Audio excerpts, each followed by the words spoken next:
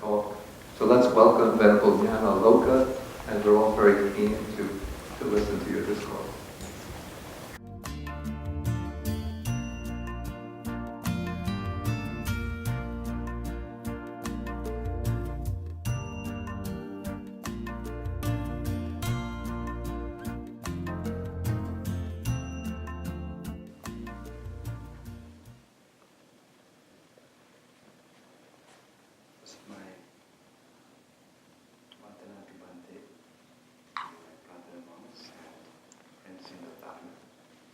I'm quite nervous to speak in front of Bhante. Because, I so much respect and revere and feel so grateful for Bhante. So, sort of, we can always tell, if we want to tell, to refer to the Sutta Stream, Vikabodhi, Bhante's books like this. So I think from the beginning, when I met Bhante, when I say Bhante, sometimes it will be Gnanaloka Thero. For me, it's like the only Bhante in this whole world, because sometimes, tell you honestly, I need about 3 hours for a program, but I try to make it 45 minutes. So it started when I was in Southern Africa. Always had this search for something. There was a deep curiosity about how this world is going on and so on. From when I was very young, I never forget, I was trying to make a machine, which I call it non-stop machine. When I was very, very young. So because of my father's sort of background there, the engineering and all that. Anyway, when I was around 14, 15, we were in Lesotho, Southern Africa. There I was interested in relativity, theory of relativity, especially the effect of time can be dilated and close to the speed of light. And that suddenly, sort of connected to, I was reading all the books, Bible and this, and there was one particular book about Sakkapanya, the god of Tavatimsa in one of the heavens, visiting the Buddha. So it looks like a fairy tale if you just read the sutta alone. But when I had this idea of this understanding there's this possibility, not a possibility, now it's proven, of course, at relativistic speeds, time could be slowed down. So with that, and there the description of that particular loka, world, as 1,000 years on earth is one day in that particular realm, and such months and so on, this becomes a fact. So with that thinking, I felt a strong connection, or that these worlds do exist. And at that time I have not studied, sometimes I neglected my studies, just thinking about all these things. It was the IGCSE exam. There, with this, I suddenly I thought, now when you are sort of having this connection to this, connection means you have no doubt about this existence of this world, you're connected actually. So with that, this thing I felt in that particular realm, it's powerful. There's some power in that particular dimension. And so in the middle of the night, I never forget, I kept the syllabus of English language, English literature papers, and syllabus of these two, an English literature and English language, and I sort of approximated, and over test papers also, the headings of the two essays, the titles of the essays that will come. So it just, like when I felt very connected, I just sort of approximated this particular title will come. And then I told my father, of course I didn't tell what I did in the night, but I told my father to write 2 essays, to go to my tutor and write 2 essays under these 2 headings. So he went, and he also didn't question me. My tutor was wondering why I have not studied everything, why focusing on these few things. And what happened, he did write 2 essays, and after 2 days I went for the exam. And in this exam, I never forget, all these, the papers are sealed and everywhere. All over the world they are sitting at one time. And then when I opened the paper, suddenly these two headings. So this was like, I felt like, like the universe was in my hand at that time. And it gave me kind of a, like something I'm searching for, like a certain picture. But I must tell you, I didn't come from an orthodox way to these teachings. I thought it was a religion. My mother used to be very religious. My grandma used to go to Vajradhama, and we just go to visit the temple when you're small, tired, Piritnura, and come. So I never saw this as the main thing that will explain the whole universe, the life, the experience. So what happened, I told then after that, still I didn't get the idea of like being a monk. But that was I would say it's my first meditation. But based on this, my thinking went on.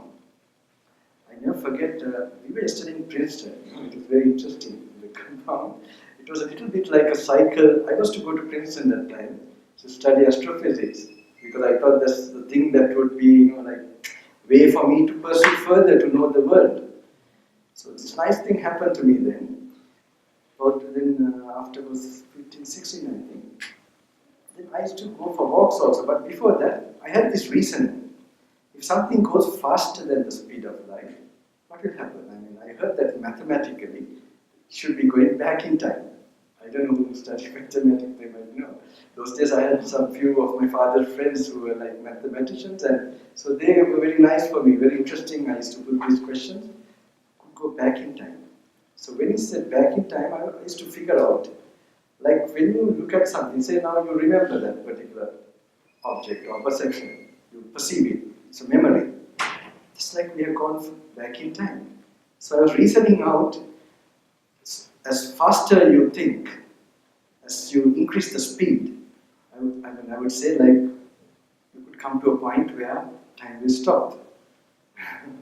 So it came to me that time that this meditation, especially in terms of samadhi also, you go to an infinite area, infinite speed. And then if you have intuition, when there is wisdom, we call vipassana, then there will be a place like this, intuitive experiences, the mind should come to a point where time stops. That was those days reasoning. I never bring this explanation after a long time. Yesterday we just talked, we were talking in that compound just to, so this was still there, like kind of a theory.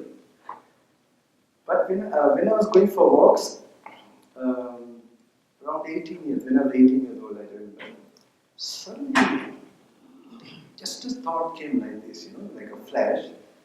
What are the causes for any phenomena? It was like, I don't know, the way I had a picture of time like this, present, past, future, or like this, and like, what are the causes for any phenomena? Something like this. It was a mental picture. Suddenly it just came like something in the mind, I would say. It's very difficult to explain because it's so abstract, I would say, but it's so real. I think that's the only real thing in this world.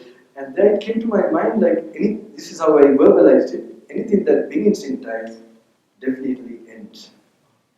And there in my mind's eye, there was a mountain, a rim on the side, and trees, and everything that I would just be conscious of, it was like just finishing. And then I never forget, if I thought of Princeton that I'm going, I could see the longest thing that will last will be that granite building. And I saw that also like jelly, I would say. And with that, there was a picture of a monk in my mind's eye.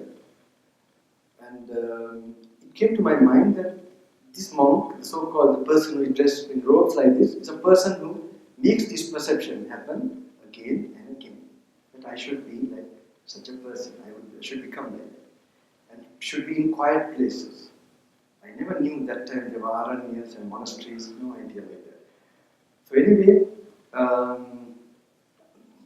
so with that also, anything that begins in time definitely ends. For this understanding, there's no beginning, therefore there's no end. Something like this. It was like, yes, this is it. And anyway, certain things happened after that. Then we came to Sri Lanka. Then my grandma was telling us, we want to introduce you to this great monk who used to come arms round. She was so enthusiastic about this Bante, a German monk. And she used to come once a month to my grandma's area from Vajrayana. So then she took me to him and all that. So meanwhile, I had other experiences coming also. After this, like Bhagavad Gita, when I was 14, 15, I was interested in Bhagavad Gita also. And interested means it was like an experience, that compassion, the metta of that, like the Brahma feeling, and this I used to practice. It was more like a practice and visualizing and sort of abiding in that feeling. So this was there a little bit. So this got more strengthened by this experience. It was something very much changed in the whole life of my external life also. Before that I used to get very hot-tempered, like, especially with my... when I was in Sri Lanka, as a young boy, I used to fight at school, and so much, not ordinary. I used to feel so restless, and get caning and fight a lot at school. But when through Lesotho, Southern Africa, it a little bit changed. I didn't do all that, but went for sports, all these javelin, cricket, and basketball, volleyball. But I used to get angry with close people. I never forget with my father or mother for smallest thing. Now it would be in that age also, 15, 16, 17. But after this 18, I was getting this tranquility into the system. Like, it was like another person. My father initially was very worried, really, because it looked so abnormal. Even my aunts, and when I came to Sri Lanka, I used to take my food, calm like this, in parties, even a disco I've been to once. They all called me, I used to go. I didn't know I had a choice to say no or yes, so I just go with them. And then to see, but so during the dinners also I happened to take, so my grandma and my mother also she also had the intuitive feeling, this is our monk. And even when I go to Vajrayana, some used to tell, maybe he's a monk in the past, because I used to enjoy some experience of peacefulness and detachment, a certain, just looking at like the outside things from a distance. So anyway, I met Bante. I had not much time. The first meeting, we didn't have time to sort of, my grandma asked me, please ask whatever you like, son. So I said, okay, I was shy also. But I had a real special meeting with him, like an accident. I was going my bike. I was going to share an invitation with one of my friends to the Tooth Relic. We had a pass, and I just want to share it. So we were going. I was going around this place called Panadu. So when I was going there, suddenly at one place I see one monk walking like a giant, in the hot sun, in strides, very so inspiring. But I recognized him like an old monk. Then I realized, oh, that is Bante, Gnanaloka Thero, the German monk. And I quickly parked my bike and went this thing, and I asked him, those days I asked him, can I offer you a smack, sir? Because it's like those smack you have in Sri Lanka, like drinks. So what he told me immediately was, this is not what we expect from you, that you also follow this path. So when you meet him, I'm sure Bante should know. So even he was so, like kind and so tough, so firm, he's clear about it, so confident, I would say. And it puts you like, now you must attain Nepal. I will tell you one of my experiences. So just what I faced, why I came here also. Because it might look so unnatural for me, just associating him and coming to States. I will tell you the reason. I want to quickly cover that because, I'll tell you. So anyway, Bante, when I met him there, and then I anyway went and brought the smack and he went. Then he was planning to take his full dana, double dana along the road. So I said okay, and then he sat down. And I never forget, I couldn't open that needle. And he had a Swiss knife. He took the knife and then he opened it for me. And then he was taking. After that, I had some pride also that time because I already had my own experiences like this. So I thought I knew everything, to tell you honestly. I knew he was very saintly or felt like that, but I didn't really feel I have something else to learn from him. I was having that pride in me. So anyway, I explained to him my experiences along the road. We just seated. I just told him about like some emptiness, the way I see the world and all that. And he just told one word. It made me feel like I was an ant, you know. And that's told to myself, you have a lot to learn from this. And that was the time that I really followed him and met him again in Vajrayana, the temple in Colombo. And when I met him there, he told me, he asked for my experience that, and he said some karma is behind it. He told me that. He told me, you read the Satipatthana Sutta, everything will be okay. Just like this. So he looked so, made it so simple and so on. So this is how he first directed me to refer to the suttas. Now, this was something, I think, a great thing I got from Bhante. Getting I call this the GPS. I'm giving the GPS for this journey. And so this, he gave me the reference. Then after that, of course, I took this Mahasthipada Sutta. I didn't practice Satipatthana. Actually, I started practicing Mahasthipada. It analyzes a lot. And it makes you see the world through that, especially the 5 elements and so on. And there's a habit in that time when I used to read that, I used to use it as a pointer to make my focus. So I would sort of apply to my day-to-day, I call it like a manual to understand existence or phenomena of your own, that you relate that particular way of looking into, like, you know, for example, if say hardness here and hardness here, for example. It's a kind of thing that you take it as a hardness, you know, it's a nature. And the effect of it is that you begin to see through the illusion of getting the idea of self, because it's in this space. So it needs some silence in your mind, and then you open up that wisdom brain.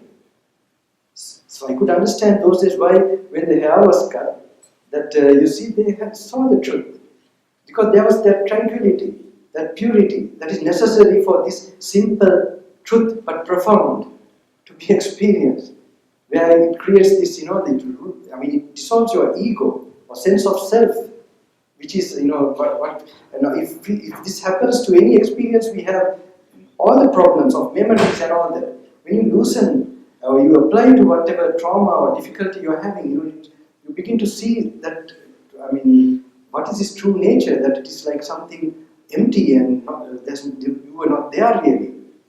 The problem immediately it solves. So, but I will come to that. I hope I can touch that to the end. So anyway, because I must tell exactly why I came here. That is the one thing very important for me to explain. So anyway, I went through that. A lot of other experience I had to go through. Then when I was 28 only, I was ordained.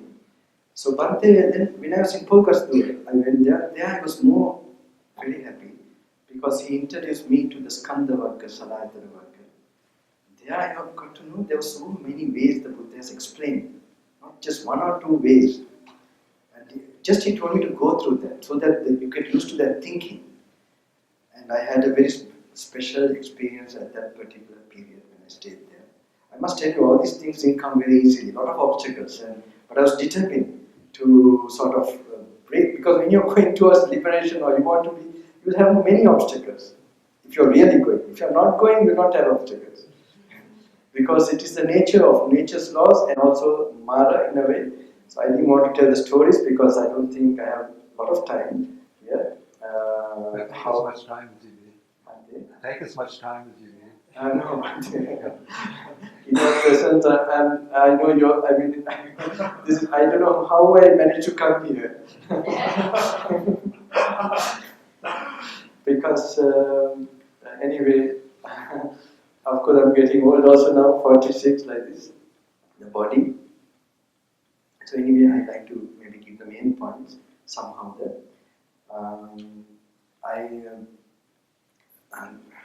Sometimes I might go into a kind of blackout. I'll tell you my experiences, what I've gone through. In a way, I must tell you're seeing a ghost in one way.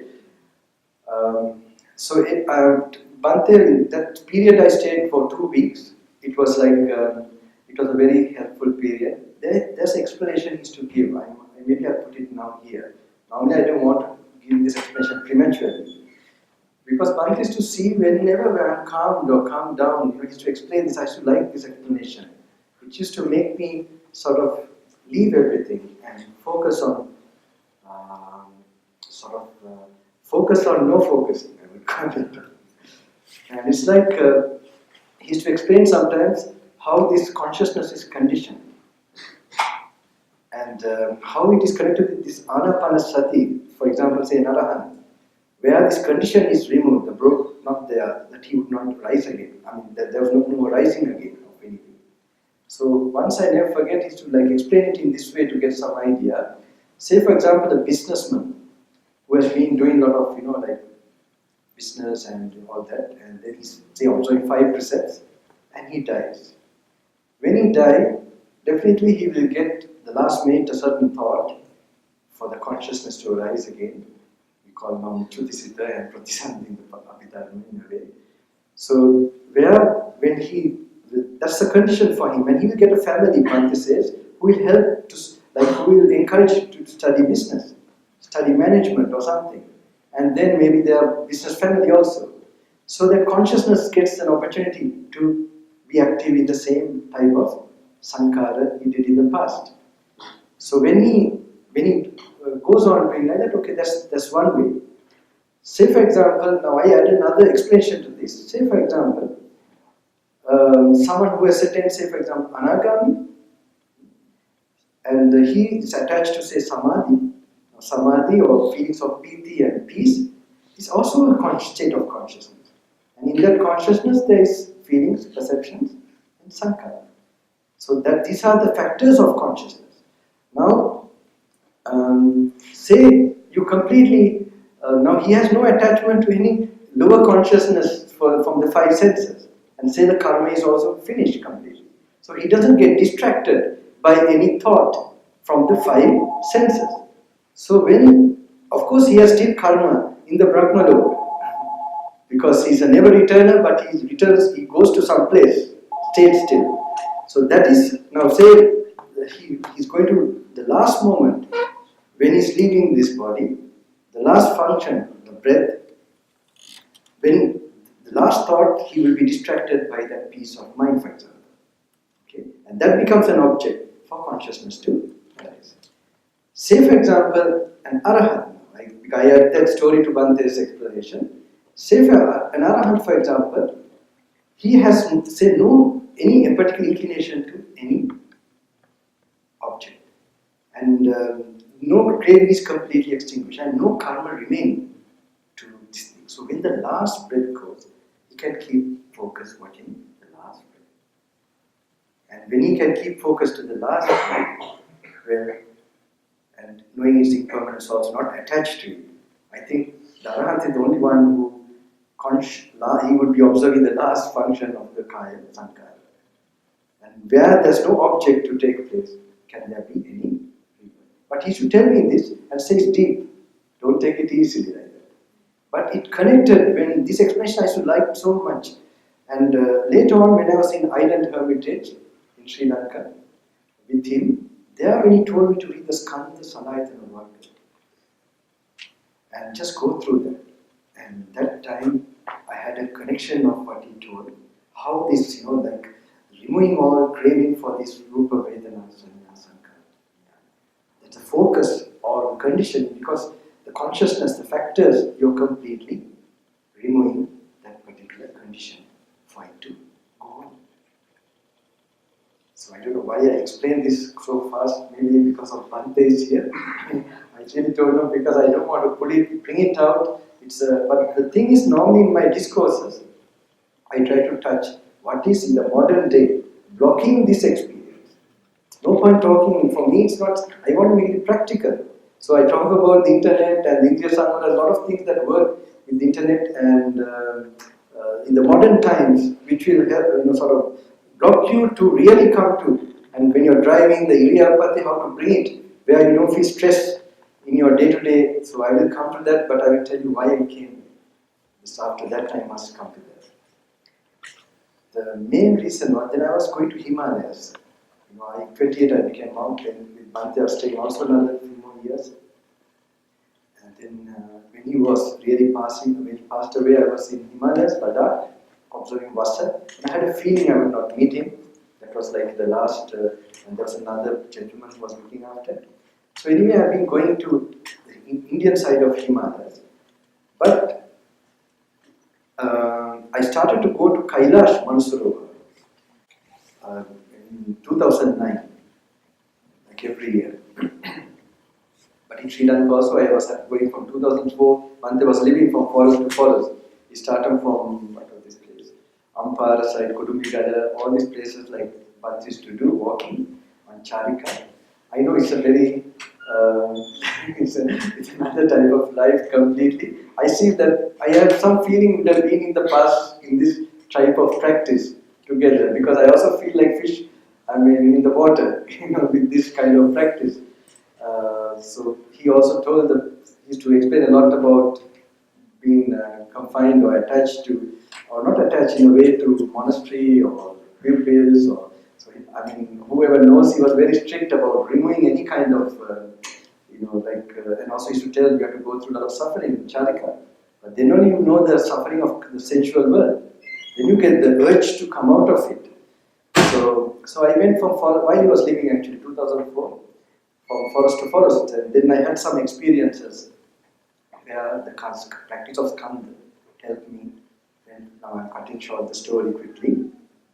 Where I was put with a lot of poison, leaves and so on, all pain. I will tell that part. It might help you all. I must tell that.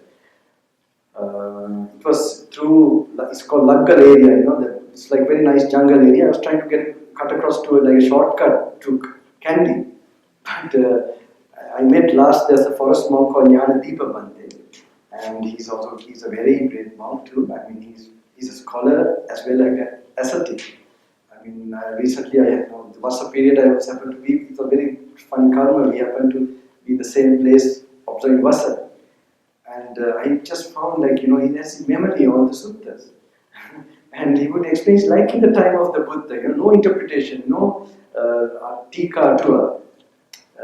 And I wish some thought came, if I had more time, I wish I would have learned, from Bhante. Even Bhante Gnanaloka, he had in memory, certain suttas, but he had a sort of a sequence to bring you to an experience.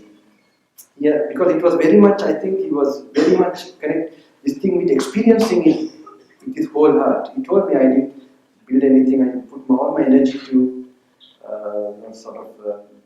realize this particular truth.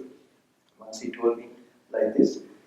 And so anyway, if I stop speaking, suddenly I get into like blank. Okay. So Bhante, so in this knuckles range, when I was trying to cross, I was really heavily wounded, like with all these leeches and all that. I had to remove all blood. And especially, I was damaged this area by one leaf called mausa, which has a kind of allergic this thing. I was like feeling like I've been whipped. You feel like a cutting sensation. So anyway, some robbers found me. If they didn't find me, you would not see me today. I had no compass, anything. So Gnanaloka Bhante, I met him on the way. Then I was passing that area, is Ramukkalu that side. He was saying a kutia, small kutia. So I just told Bhante, and he said, I also got myself lost some months back. And you really want to go this way? And he has maps and all that. So he showed me some idea, gave me like the waterfalls and where to keep my direction. I had no compass that time. So normally we should be having a compass in the jungle like that. Anyway, I got, he told, anyway, once in a way an adventure, and he wanted to discourage me. And he gave his blessings and I went. So anyway, I cut short the story. Very interesting things happened, but then anyway, I went to some area, then this cardamom, could say, pluckers, but they're illegal. They are the ones who Abhavisa Vedana, Samvati, Labheta Cha Vedana, Evam Me Vedana, Evam Me Vedana. May the feeling be like this, may the feeling not be like that. It doesn't follow your orders. But when I was focusing on that, I was feel the pain a little bit. So I did the next contemplation, Nityam one, permanent auditorium. And then the third one, I couldn't feel the pain at all. That gave me a lot of confidence in the teachings of the Buddha. I felt that in the midst of pain, this has power to remove this particular pain.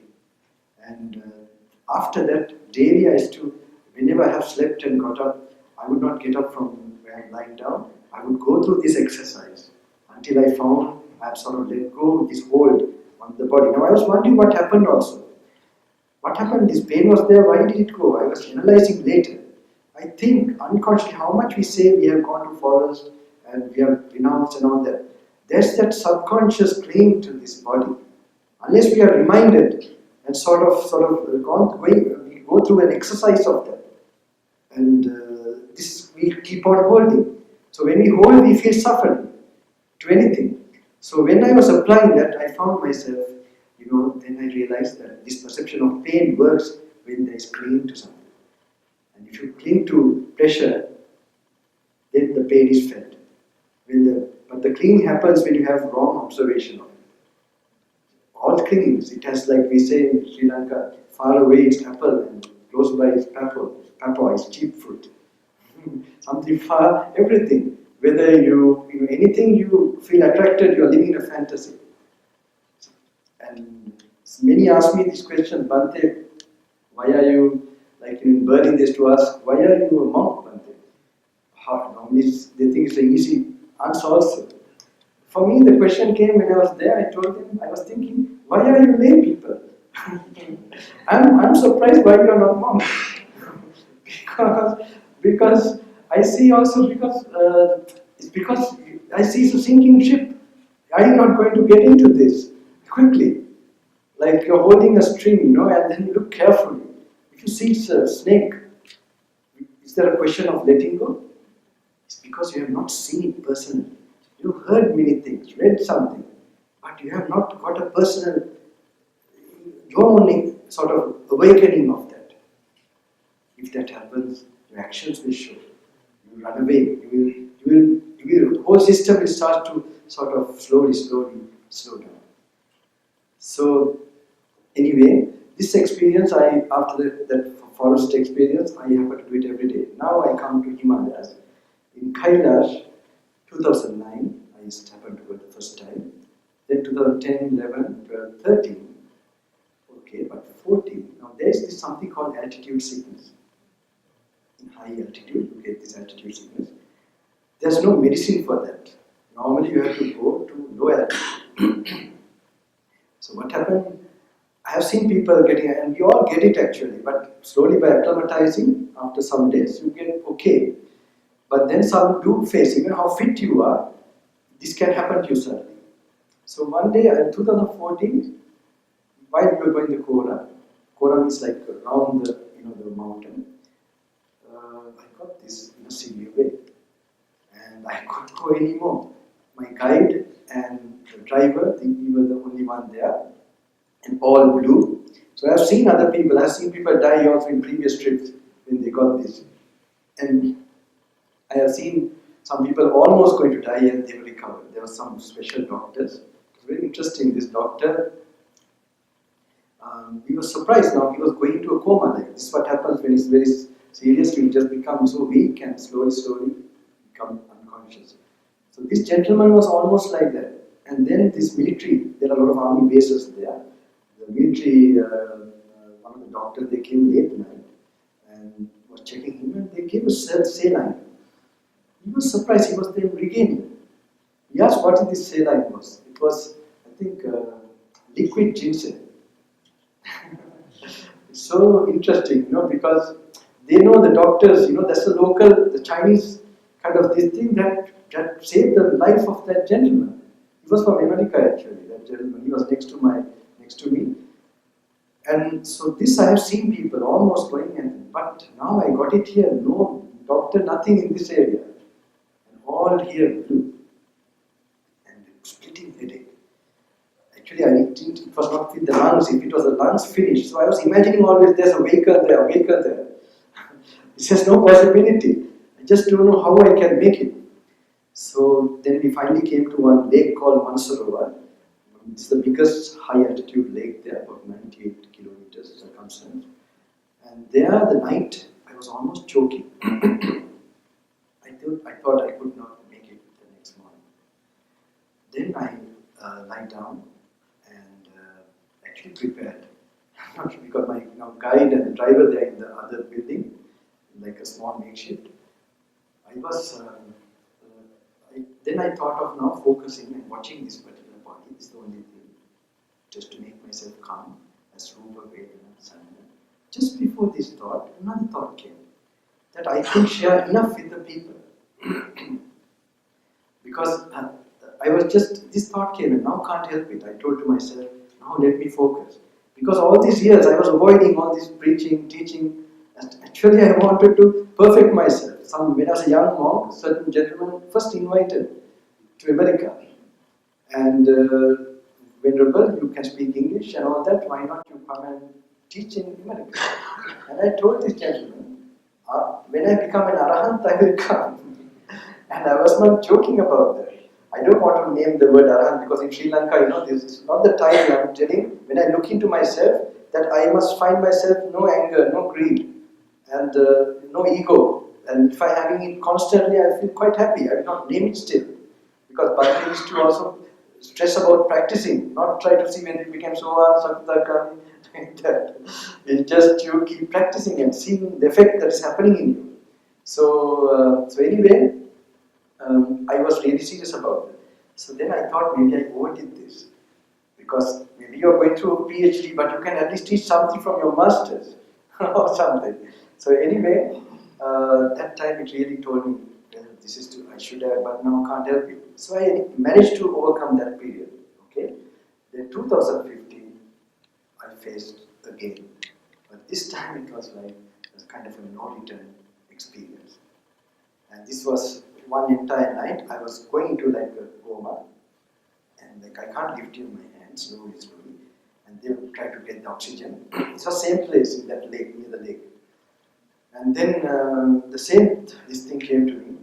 Like first thought came, I couldn't give enough, can't help it now. And then observing myself. And I was like breathing like run. And how long can you go on like that? And slowly losing energy. So I want to cut short that, but then they managed somehow. The morning, they want to take me by helicopter. But then the helicopters have gone, the doctors came late, and doctor means a village, some village sort of doctor. And then anyway, we got into the jeep and we started descending slowly. But better to descend. Anyway, they brought me to Lhasa after 3 days. So many times I was like choking it was affecting the whole brain. Then Lhasa, then flew to Kathmandu. But in Kathmandu, slowly I was recovering. It took time, physically also. I can't talk, so tired. And that time another thing happened, I must tell you. It was like, I would say, we have heard how Mara, we get attacked from Mara. But this is the time I would, in a certain way I got to know that it was like a direct attack from Mara. And this was, I have told the senior monks actually, I have confessed certain things. This is like what I treasure most. Now when I was recovering physically, it was like my ropes were like going to be removed. Okay, I can't explain the whole thing. But I must tell you what I did to survive that time. Now it was like what I cherish. Now something you will be holding on to. Some way of you, like you're a monk like this, you're doing like that. Something like that, which I was treasuring very much. It was like completely finished. And they are just to survive, not to fall down, to get into depression. I have to hold on to something. And suddenly it came to me, don't personalize this. Now, that was not strong enough, so I used the wrong English word, don't egolize it. Okay, it doesn't convey any other way for me. I just told to myself, don't equalize this. It's just a phenomenon, it's just a happening. Let it pass away. And just continue. And when I was able to think like that, I was able to sort of let go and continue. And when I continued, I found that like gems were waiting for me. So it's all this, that was really to survive, to make myself survive. This idea that what the demon or the Mara enters to you mostly from your ego. And that's where it's like, so I understand whoever strives on this path definitely will get so many challenges, so many problems. And if he knows something about it, he'll be happy because he knows that he's hearing something. And so that was something I must tell you. Then I told my Sri Lanka organizers that any invitations accept. So it started from Australia, then it went to YouTube like this, and then slowly the other invitations started coming. But I did come to public in Sri Lanka in 2012. This happened when I came from Kailash, that trip. People used to come, where I stayed in Colombo. They used to sit down at about 8 o'clock in the morning, and then they used to stay until 4 o'clock. So I was wondering what's happening. That if I'm just talking and they're getting something, they feel some energy or they don't feel time. Then I thought if I gave a meditation, how will it be? So then after 3 days or 4 days, I told the Kapakar we called, who is looking after the monastery, that please don't allow anyone to meet, that I will have a meditation program. So when they arranged the meditation program around 6 o'clock in the evening, so there was like 60 seats. But then around 4 o'clock, there was these people coming from where I don't know. And the whole area filled up with people. It was word of mouth, and I don't know how they just went. So this is how I came to the public in 2012. And then, but still I went again like this, going, coming. And still I am like that. Just I am now, if I have to die, I don't think I'll get the thought I have given enough. So even if the Buddha comes and tells me now, don't go, I'll be going. Because you should not have a thought when you're dying like that. There's something I would have. But I must tell you, Bhante had several aspects. I have made some notes. I have been asked by some of you, all these years, like dates and like whenever I met him in the evening, I would have written down. It's now with Tara, that one of my relations. I kept it because in case something happened to me in Himalayas again, that is in hands of somebody. So I had many experiences with him. It's not that I saw him like, many means like this, tell you honestly. I don't want to speak about him because I find I associated him, I felt I didn't know him. And I would not do any justice to, because how can I ever know? Only some incidences I could relate and which sort of make me, so many was there, but one I remember, I could just tell, because some would tell, the way he used to behave, in situations of now, he used to tell us, you rest only in hospital. He used to tell like that, and he used to do that. I heard when he was wandering, he cannot walk anymore, and then he collapse or anyone, they take him to a medical small place there, and he recovers after 3 days, and he goes again. So this was the type of spirit he had, and he was not telling, and I can understand how he was there when he was very old. You could see that, he was in full control. I can relate one story because just so many was there, but one I can tell. Once I used to look after, the night time, I used to take over the night duty. Morning it was Vedra Mehta Vihari, there was another Danish monk, daytime. And I used to work 2 years, I did some job like them to make my father happy. And night I used to come and work, this thing. So one day, Bhante, normally we used to use the bedpan for him. Always we had to use later period. So one day I came late, so normally he used to inquire how was the practice during the day and so on. And then he, normally when he was about to turn, we used to give him a small support. So I told Bhante, is it okay? And he said, no, everything's okay. And you get some strength for the practice in the night like that, taking place, you can go. But I used to go out and look again from the small, in between the door, in case he's turning to go and support him. So I saw him slowly going to turn, so I went rushing and just touched him from behind and he said, no. Normally he would say suddenly no. Like he would, the way he would do everything was so gentle, but so strong. And so like a no, like this. And then I was like guessing what it was. And then he said, "Did anything touch you?" I said, "No, but I did guess that. To see the, the toilet, the feces have gone out. So immediately he saw me and he knew I noticed and he just told me like this, whether it's inside or outside, there's no difference." The way he said, it's like he's in it, like it's not like he's telling it for the sake of telling. Like he's in it and it's for what he's only for me. Whether it's inside or outside, there's no difference. And then he saw me that, of course, he saw my, worldly mind. He said, okay. I was horrified, like, how can you? There's so many. Practically, when faced with situations, it was very, very nice to see how old age was. How he. I never felt he was old. Also, I would never see. I feel sorry for us who had young bodies and strength in body, but so. This was one. There's another one I just want to share. Because there are seven, but we went to Farapadu. There's another non-silent. And we started this Pindapath. So while we were going to Pindapath, is to put us in this mental condition when I go, like how good in the morning when we leave him, is to tell how even the poorest person will get a chance to give dana. He becomes a dana for the person. And even the fishermen and all that. And he used to just bless them and the whole country and the whole world and put us in a kind of a metta mind and send us.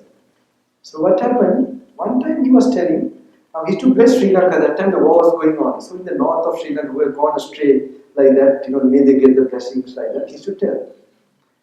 One day he was telling, the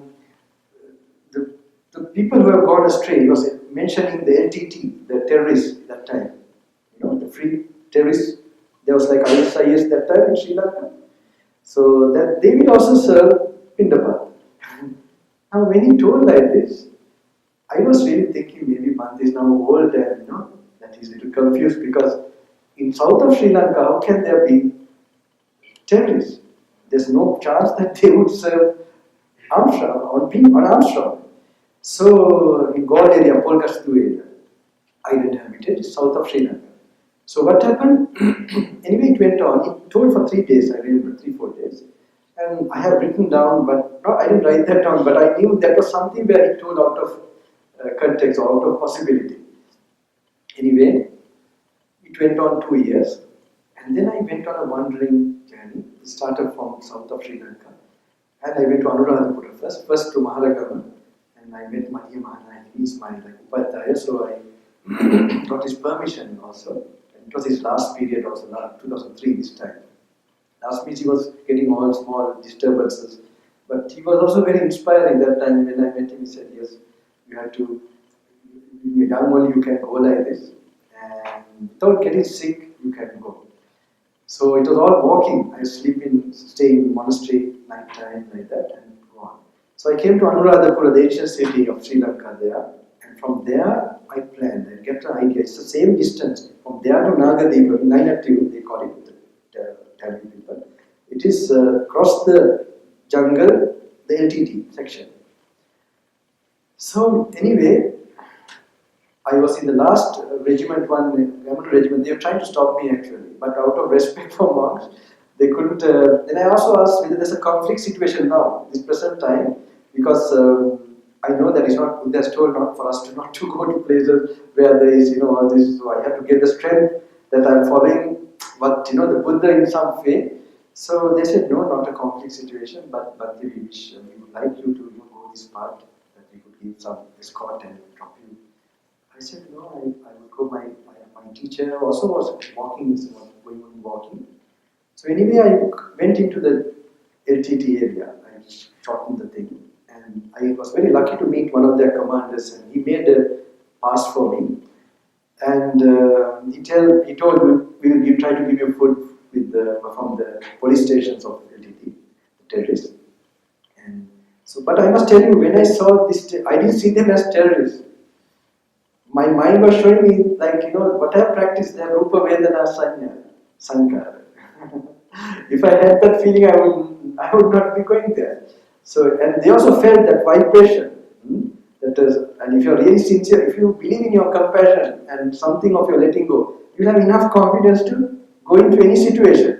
Today you are almost going to face something like that. Yeah, I must relate that. You're on the highway, right? So maybe he was in a hurry, of course. I mean, normally all my programs are getting late now. The reason is, I am not a preacher going from here to there. It's not possible with me. I have to keep my practice going, and I don't mind because I just have to keep my practice and then touch with that. Because whatever I'm giving, whatever I have practiced, I have to give only. So now we were going just now. Like he could. It was so fast, and suddenly the front they were stopping. This was he was skidding. If you really apply, it will be another accident. So what was it? Then suddenly, I was there. Then actually, when in times of crisis, you get more focus. You normally go into the kind of presence of that moment, and then you just go into the letting go of things. So immediately he looked, Bante, are you something? I said, it's okay. I also told him, what did I say? It's okay if it crash also, right? I was already ready for that. I was waiting for that. Okay, insurance they will pay, right? I hope it's insurance. But it's the accident. You must insure your mind from not being disturbed. And just face it. This is the time when that's the challenge, to use the Satipatthana, to watch the experience and to see, not to relate it, and to wait for it. Because you are trying to avoid because you think it's you that is experiencing it. So these things you have to really taste this, not always look at the dish, now this is the time to eat the food now. I think. Always looking at. So anyway, during this LTT, when I entered there, then this commander, then I was going, and it was very difficult to quickly send the message. There was someone, I remember he was telling in their language, Tamil language, something, about the bhikshu coming, something, to the central communication, this thing. And last moment also he told, can I put you into this vehicle, please go on the road or something. I said, it's okay, this is the way I want to go, and I was going. And then I came to the checkpoint, the first checkpoint. In that first checkpoint, they took me inside. And to see, there were a lot of people, and there was this commander also there. He has gone ahead. I didn't see him. And then he told me to sit down, and he told, these are reporters. Can you please tell what is your, what's the purpose you're going this, and what is this, what is really behind this, and explain. Then I told him, I'm doing this for my heart. I don't want this to be publicized. So he appreciated that. He knew it was not for some propaganda or something. There was something that it was just a simple act of going among. So anyway, he told those people, don't trouble this monk, don't trouble him. And then I heard him telling something, Vade. Vade, they have the Indian food. I don't know whether you know, the South Indian food. They call, so he told something like this, Vade, something like that. So someone went and brought some Vade, something, food. And he was about to put this food into he was going to give it to me. So I had my bowl and I got up and I opened my bowl, begging bowl. And these are military people. I remember he removed his cap and put this into the bowl. When he was putting this into the bowl, suddenly it was like, just remembered Bhante. It was very like, I don't know. I mean, how far, I see many things now. I mean, I'm sure the senior Bhantes would know that he was very strict. He would not even tell, especially the foreign monks, I heard, that those days not to go to foreign countries, right? And to there's so many distractions and knowing the danger of that. So that was, I think, maybe that period. Maybe, I don't know. But the initial stages, he was actually, indirectly he should tell how good when you ordain and when you practice like that. And he was putting a lot of pressure for me to become a monk. And I was like, I wanted to be a monk, but later I didn't want to be a monk. I want to practice. Because even Purgas tell honestly, I saw many monks, Silavanta and all that, everything okay. But I didn't see them practicing. I thought if I become monk, the same thing will happen to me. So I was postponing this. So one day, pressure was too much for me, and I just went down and I said, Bhante, I can't become a monk because monasteries are deteriorating, monks are deteriorating. Like that I told him. He looked at me and said, your consciousness is deteriorating. And he said, no, you enter the Sangha and do this practice like this. And he really gave a point there to me. So it took 3 years. After ordination, he was telling me, well, these people are waiting for you, you must help them, you must encourage. Now, this I don't want to record it. Yeah. Because this part I don't want to tell too much. One day I want to say one parts of him that, he would have seen some karma. I don't know, I can't really say what it is, but he had different sides of it. He would be able to judge a person, the situation of his individual. In my case I found that. I don't know, in other people I really don't know. But I noticed there are some things when I'm talking to you all, it's coming to my picture. I would see that he would have seen me facing this situation in his bed that time. And one day I hope I will tell exactly what he told, not now. So this is part of with Bhante. It was very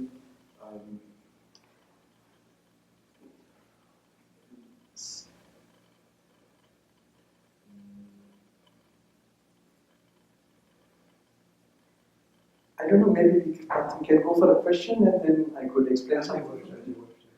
Is it okay? So, I'd like to ask, maybe something you'd like to ask and then maybe I will go from there.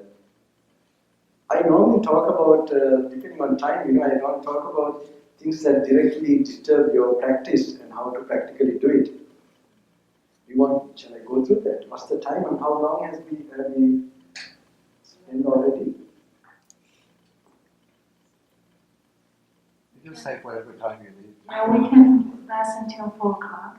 And so if we want to start a question and answer, please raise your hand, and then when Bhante points out to you, I will hand you the microphone and then you speak through a microphone so everybody will hear your question clearly. I will quickly go through some of the things. I want to just give some things quickly, okay? Because it might be helpful. This is something I never expected to tell as a monk, but when I came, I really saw that it was very helpful for the modern people. These are like happening in our lives, so I hope I should share with you in a new crowd. I normally explain, for example, in your life, suddenly there are situations where you put yourself into mud and then washing. Put to mud and washing. Okay? This happens in our lives. When I say mud, it's like you do certain things which are hidden. That say in the toilet or any other place where you don't want anyone to know. Maybe with your computer. Okay? Whenever you are doing such a thing, what is it? It's normally the greed, hate and delusion, some strong emotions that you are activating to a certain pitch. Right? You're not meditating, very rarely. Meditation is okay, you do hidden. Another thing. But any other thing with defilements, when it is happening, when you are doing it, suddenly, okay, you come for programs like this also and go for religious things. This happens, both sides. When you notice some things like that are happening in you, you must know it is opening a certain pitch of your emotions. Corresponding to that raga, dosa, moha, greed, hate and delusion, there are certain dimensions you open up. Corresponding to that, there's lower dimensions. Okay? There are beings in those lower dimensions, they enter your system. When they enter that system, it gives a driving force for you to do sinful things. Okay, sinful means which is negative, which you don't want anyone to know. Right? So this is just to give you an idea of this mechanism. So when you know that there are two things we use to do these things. One is wrong view, and the other one is this driving forces. Wrong view is like, say, we take a beer or we take some alcohol. We would justify it. To enjoy sin, we have to if you think it's damaging or dangerous to us, we can't enjoy that. So we have to use some idea that this is not too much dangerous, it's just going to have benefit also. Maybe you might think my cholesterol level will go down with the whiskey or something. Okay, someone tells like that and you stick to that idea to do these things. Now when you know that like this negative thing, when you notice in your life, suddenly you want to go to nightclub or something where you just want to, you should know, you will know after I say this, that there are some forces that are has entered your system. So when this happens, you suddenly you put yourself into water, mud, and then you come for programs like this and washing like this kind of thing. Now when this is known like this to you, when next day the temptation comes, you feel, I must avoid this. Maybe the friend who comes, maybe you not open the door, you check who is this, and then keep away. Second day, third day, you keep away. Then those nourishment to those beings, they don't get it. And those dimensions start to close up. Like your holes in your character gets patched up. So this is one way that you slowly keep away from this particular thing, but you must know graphically whenever there, because people who really want to strive, they have these problems. Okay? Now anything that is exciting is, you can see the brain function. It's very interesting. With the MRI scan, anything which suddenly makes you excited, dopamine is released. Right? The addiction that comes is to this dopamine. So whenever that is put out, so this is happening in so many ways in our modern world.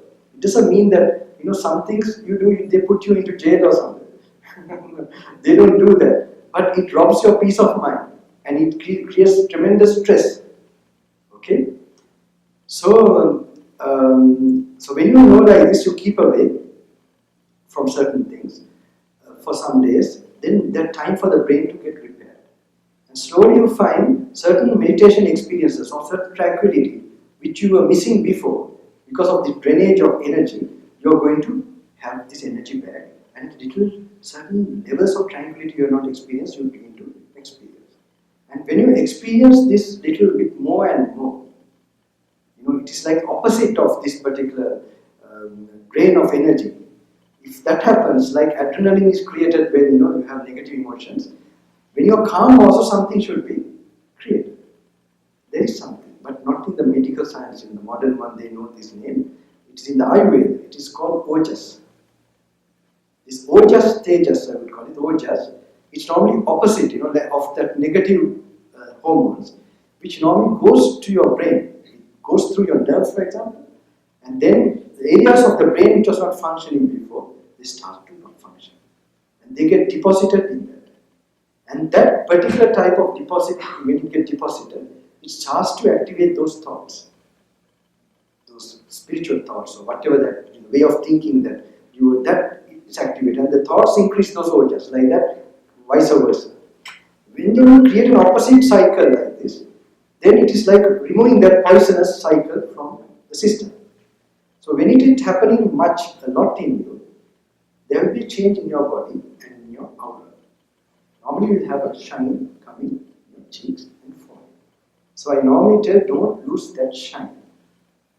So this is very important, like don't lose that particular shine. So after that, maybe you don't have to apply what you call here, you have like Nivea, right? Nivea?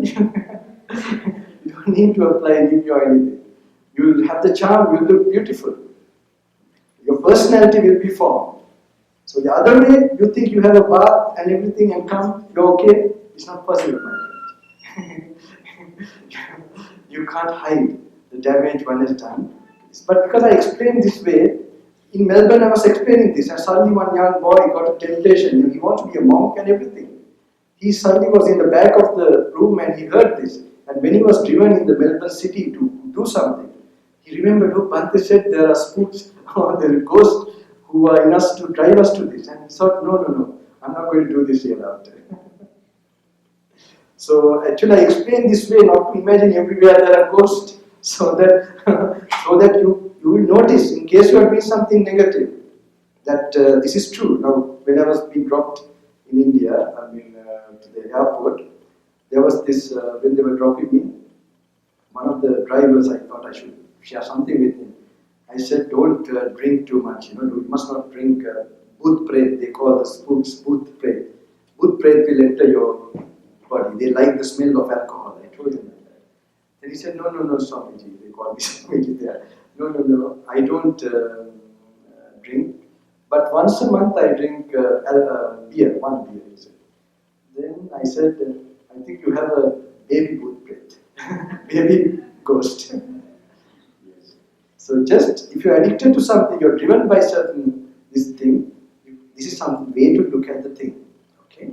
So the other thing I noticed was that I had an experience with certain like rishis or some people who have some samadhi power.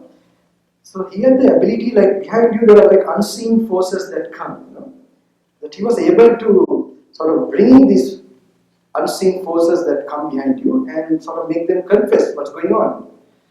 So once I saw him doing this, one mother came with a child who was like, going for parties and doing many things that the mother was worried, no studies, nothing.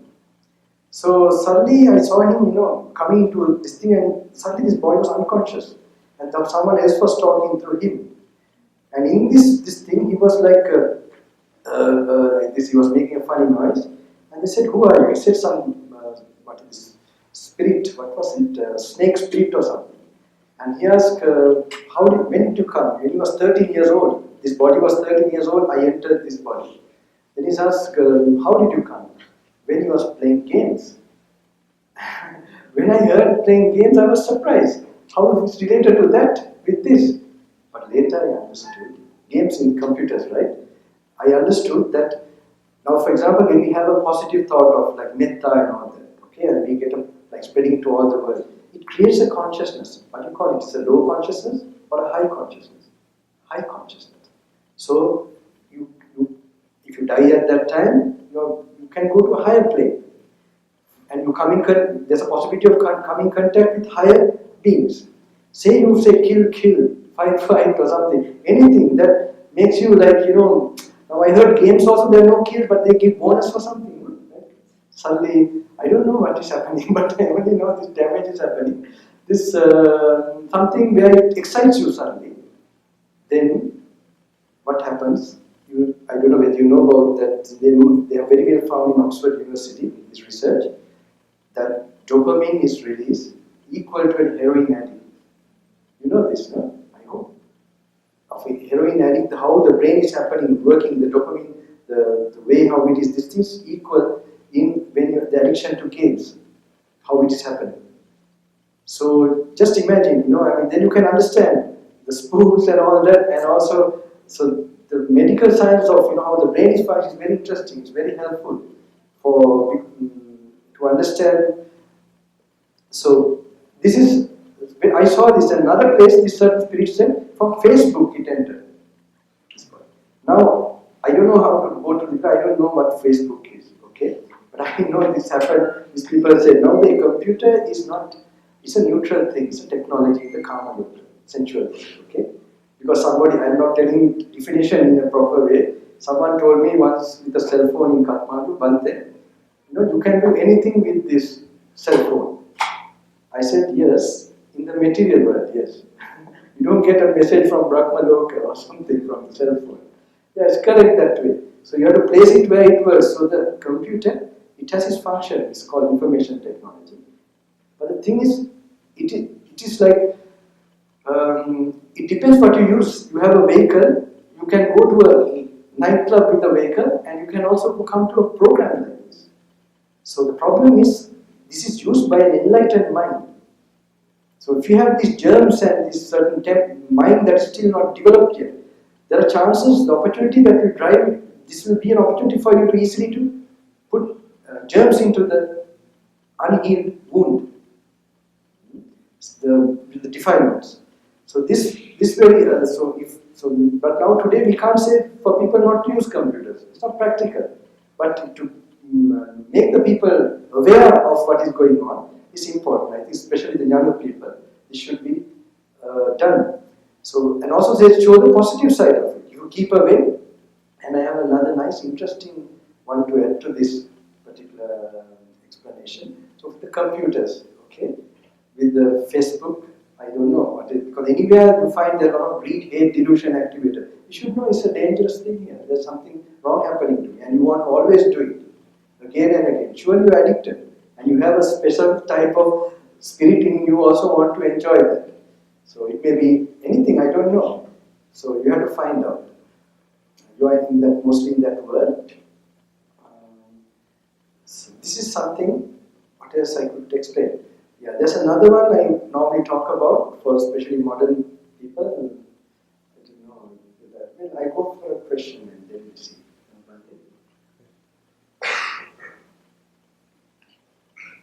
Yes. Which? Okay. I'm a parent. I have an 18-year-old, and I didn't know how powerful they are, and this has been for around a decade.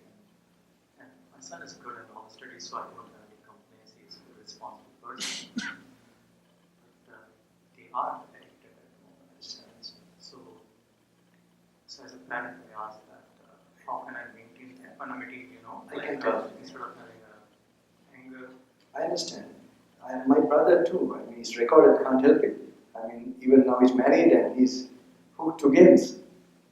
Even my parents, the wife is telling me to do some miracle to this thing. But I will tell you, don't worry about it. Good question. I have explained these things, but there's a way out of this. Okay. You see, I explained this so many times now. For example, you're with the family and so on. You want to change them, to make a change in them. Now, these are damaging, But in the flight normally, when you go, like the attendant, they explain about the oxygen, how to be used. What do they say who have kids? First put the oxygen to you and then make sure you give the oxygen to the child.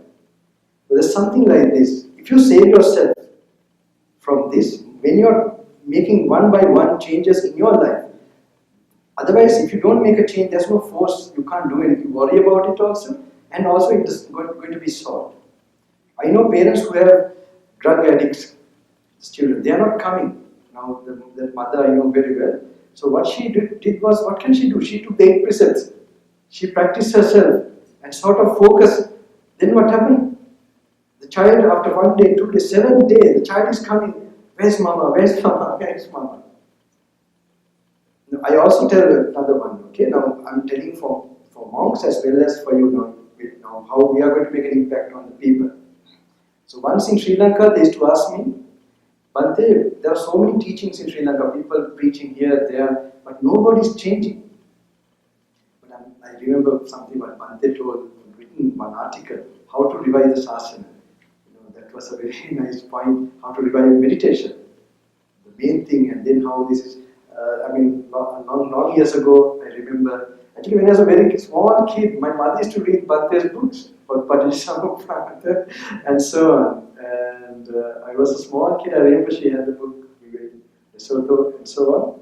So, but then in Sri Lanka, there were all these teachings, so many. One person asked me this question. I had no answer for this particular, at that time. Then when I was going later, I did get the answer.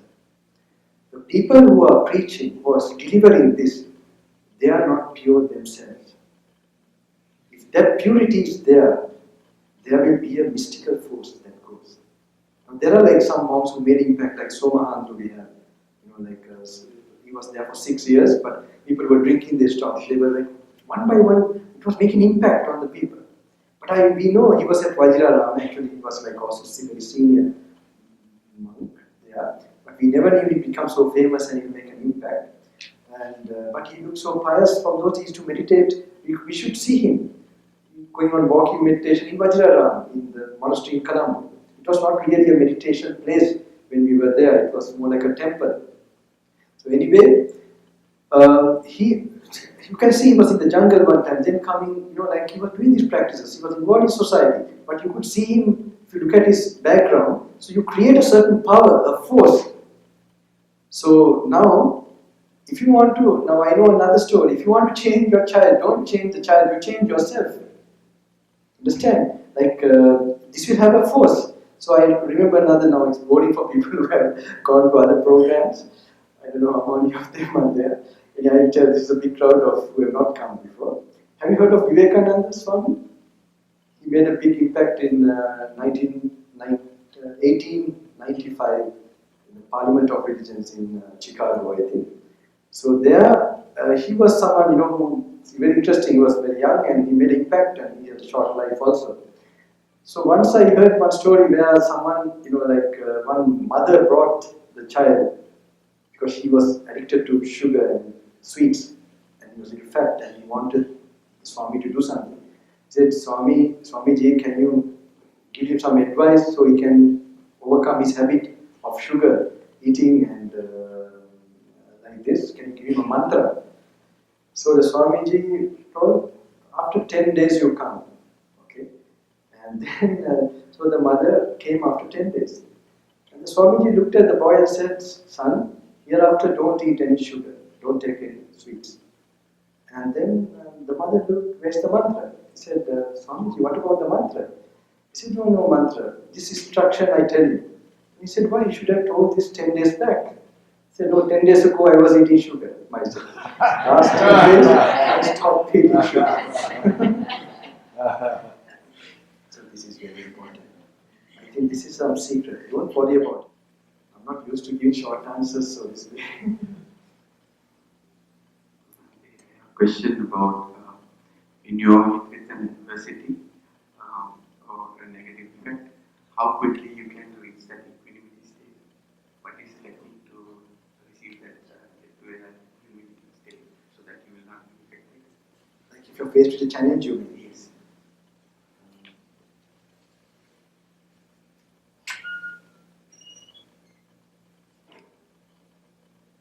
If you're suddenly faced, normally habit works. So it's better, I always tell, prevention is better than cure. Better have a daily practice. Daily practice of feeling the moment and so on. Okay? Where always that habit will work. So when you're driving the car, when you're doing all these things. Now I was a good driving instructor in England, UK. Because many of them, while I'm going the vehicle, that's a chance for them, like they feel, now here is only one person very much in this state. Taking me, but there are of course only one trip, they drop, another person takes over. So some of them, they're also very interested in the dhamma, they have been practicing a long time. So they just want to get something quickly, so they start talking. Slowly, they have told that Bante doesn't talk while he's going. So, but they say, Bante, is it okay I talk to you a little bit? And of course I say okay. And then they used to get into a conversation, ask this or that, so on. So one day he asked, then one person I noticed that he was asking, he wanted to know how to practice while doing the work. So I couldn't, give him, then I thought I will always explaining not right, I will demonstrate right now. So I said, my friend, let me try to meditate now. So I told him, just feel the steering wheel you're holding, the leather. Just feel the feet touching the ground. Just feel it very much. And just notice that you look at the road, of course, but just get that feeling, the simple observation. Because you have that energy part of your consciousness. Now you are at the stress part of your consciousness, like a superficial area. Okay? When you can focus on one thing for some time, it starts from the bodily contact or bodily area of awareness. You gather. Now this is very, very known in studies now. They call it now stress busting something. Stress busting techniques, Just be mindful of your immediate toe wiggling, and this is a very nice study by one doctor, by a microbiologist. Stress busters means what? It's actually, so it's very interesting. If you pay attention to the moment for the body, or the simple attention is going to take away the stressed mind. Now that is only one is practice. There are 3 more. This is called, normally this is related close to Iriyapate, paying attention to the bodily area. Then you have Indriya Samvara. This is what I'm telling the addictions and all that. People think only paying attention. Now I don't want to reveal like this because maybe the Buddha's teaching, it shows the exact other parts where you can activate that peaceful mind and energy mind. Indriya Samvara is the other one. And the other one is Bhojana Matanya. It's called. Yeah, I think some of the people here don't know Pali words. Okay. Indriya Samvara means sense restraint. Sense restraint, and Bhojana Matanu means, actually it is, the way I understand is controlling the tasting of the food, not simply the limiting the food also, it's known. And the Jagrita Yoga means like, the before sleeping, lying down, you purify your mind and lay down consciously and so on. And I'm very frightened to explain these things now in front of Bhante. They're great scholars. I am like a worker, but they're so nice. I mean, I know that. Anyway, these are other four. That's why I explained now. Stress busting is only not done by that. Mindfulness. You can start that. You'll find. So when I taught them, when I told this gentleman, just feel the steering wheel and so on, I saw he was quiet. He was silent. So suddenly he was silent, and I went, keep quiet, I didn't explain much. And until the end of the journey he was silent. And then he told me, Bhante, I never experienced this much peace. And I wish you were always next to me, he was telling me like that. Of course he had to drop me after that. So this is one practice, and this was going on in other drivers. They used to tell me, Bhante, I didn't feel the journey, 4 hours, because you touched the equanimous state of mind. That equanimity when you are tasting more, there you are, that's what we call peace. And when you just that monotonous, it looks monotonous thing of just feeling and observing but paying attention, but it builds up mental energy. And sometimes when you're catching a train, just feeling the feet touching while you're going, you know the train, which train this thing to catch, which compartment.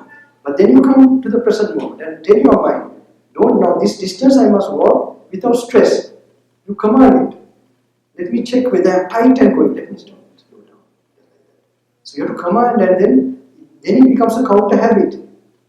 Understand? And then in your daily activity, now I'm telling this, it's a long answer for this thing. I'm talking about you better start this practice because habit will work. What will happen if I just don't tell this and you immediately go, what will happen will be you get frightened, that's all. Now how to get frightened? You have to create another habit in your daily practice. The greatest shock will be the moment of death. So you can't meditate only last moment. There is no crash program. Just before you die, you meditate a little bit. You see, this is what you do daily. Better be already ready till after a few hours we are going to die. And then we are ready for it. So this, and you learn to enjoy peace of mind, not just fleeting pleasures. So you replace that peace of mind more. So in your daily, when you're doing the work. So the other one is Indriya Samvara. Now this is not Indriya Samvara. The way I would practice now, you can look at my eyes. For now I look focused, right? Now how do I look now?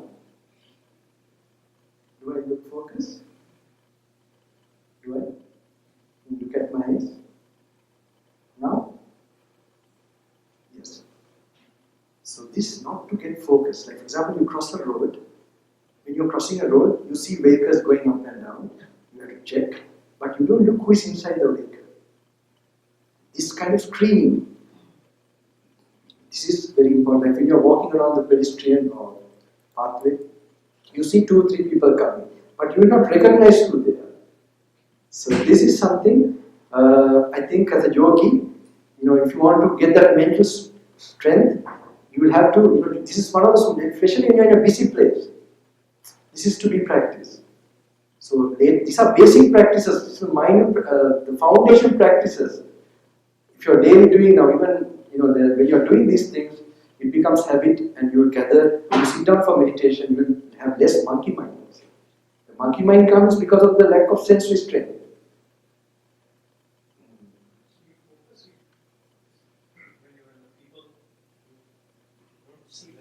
Like no details. Now when I look, I can't recognize you. Okay. Now when I look, I do recognize you. So it needs a little bit, you don't notice. So now normally we have got used to so much noticing properly. So this is a bit other way around.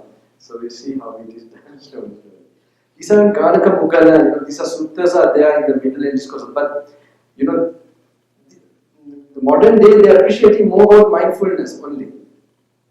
But there are other, because lack of samadhi, having so many thoughts only causes stress and all that. So mindfulness is one only. You have other iriyapattu, they are all interrelated also. To be sense restraint, you need mindfulness there also. The mindfulness cannot be isolated and taken out. So these are operating in all other activities also. So if you're practicing, you get to know they are interrelated, but there's other parts, sense restraint. These addictions, if you're a layperson, these are all draining the energy. So, and we have two parts of our brain, the reptilian brain and the special brain that we think and analyze. So normally we must check, very interesting. When we take when you look at a food or anything, the reptilian brain is working. And the very, so I don't think when we have to have that thought, and if we die, where will we go? When we have animal, if you think of rebirth, if you have any idea about it, do you all have, what do they have idea of rebirth? So if you, otherwise a good book will be Edgar Cayce, Many Mansions, it's very interesting. But say, so very, you can see what state you can be if you are a peaceful state, then the special brain is working.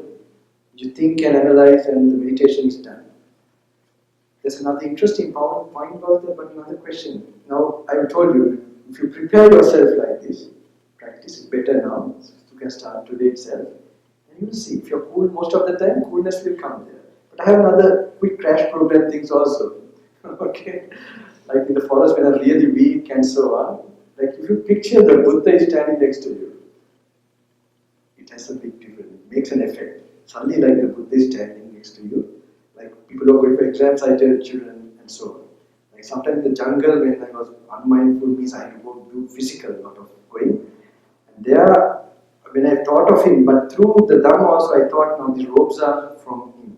The rules are, when I'm practicing, he's there in the rules, and when I'm following them. You can look like this. If the Buddha is there next to you, say for example you somewhere you want to, say you're faced with the insurance people, okay, and you are trying to get a claim, and maybe you want to lie to claim something. I don't know how far this is happening here, and you have to tell something which is not really true, otherwise they will not give you your this thing. Say, why you are going to say that? If Buddha was standing next to you, how will you do? You give up all that material interest and want to inspire him, right? Make him. So when you are practicing, in other words, Buddha is there. When you are not, that means you must have faith. You are not going against your conscience. So when you are, so these are practical, you find, when you are practicing, his life is becoming life there. In a certain form. But this is when you are even, because this will lead you to tranquility and lead you to actually experiencing the dhamma, then you will actually see his understanding, you will have no doubt about it. It's not some visual thing. So these things I think. Another thing, if you have really some crisis, irrespective of any religion, very nice is to place your attention to the present moment. Just feel what is going on. Just be in that moment. I know one gentleman in Sri Lanka, I used to talk about it when I was doing a job. He was a Christian and he was like, so I just told him the power of staying in the present moment. Just I used to explain to him sometimes, like the past things, now what you experience up till now, how it's all gone, it's no more. And even now, this is what you are seeing now, and here just feel it properly. And this is all, like that's something I used to explain those days. And one day he only comes to office where I was working, only he's not worshipping me, he was like, Shanaka, Shanaka. He was asking, I said, what happened? He said, you know what happened? I was my father told me yesterday to pick up some guests from the airport. And I was a little bit late, and then when I was going, suddenly I got caught to a traffic block. And then I know they're already there now, and I'm already late. And I was like frozen, I couldn't do anything. I just like stuck with that shock. Then I remembered you said, suddenly that you told like that the future has not come yet. And the past, these are just, my father, that's memory. It has no existence, reality. Like just let me feel what I'm going through now. And when I did that, I was able, my thoughts start to work, my brain start to work. So yeah, this all is very powerful all the time. It's a kind of mindfulness. That's another question I think. No, I think this thing.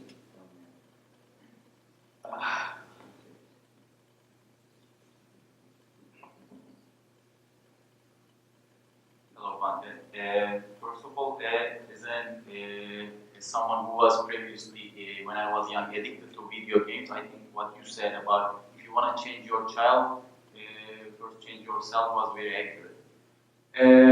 I want to ask actually two questions, if I may. First, as someone coming from an atheist family and who was very skeptical for Buddhism as well, I want to ask, how do you or will you approach someone when you see someone having addictions? We can give an example of video games. How do you or will you approach them? Do you even mention about Buddhism, or do you give any recommendations to them, or don't do anything actively? At least if they believe in science, for example, dopamine and all that, is not within religion. Okay, it's a factual finding. So that is also helpful in that approach, from giving that scientific thing. But sometimes you're very free from addiction. You may not even explain. You will create a certain energy that part of their brain and that system in them might be affected in a positive way. You understand? And the other thing is, you must see why you have the desire to change these people. You want to help this person. If you have a personal interest, that means you have an attachment to this person. So better one remove your attachment or personal interest to help someone else. You get it? There you generate more energy, certain special power. Detachment has always some power.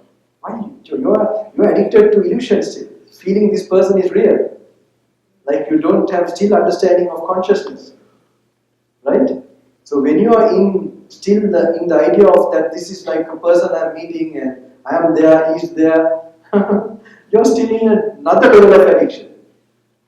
So we must always see we are not perfect yet. So when we pursue the path of really becoming enlightened step by step, and then we see we are not even concerned or worried also again. We have metta, it's unconditional. It's not having two persons or community, nothing like that. So one learns to pursue that, and it will give you the answer. When you meet the person, it will just come out, any person. Because out of your purity and this thing.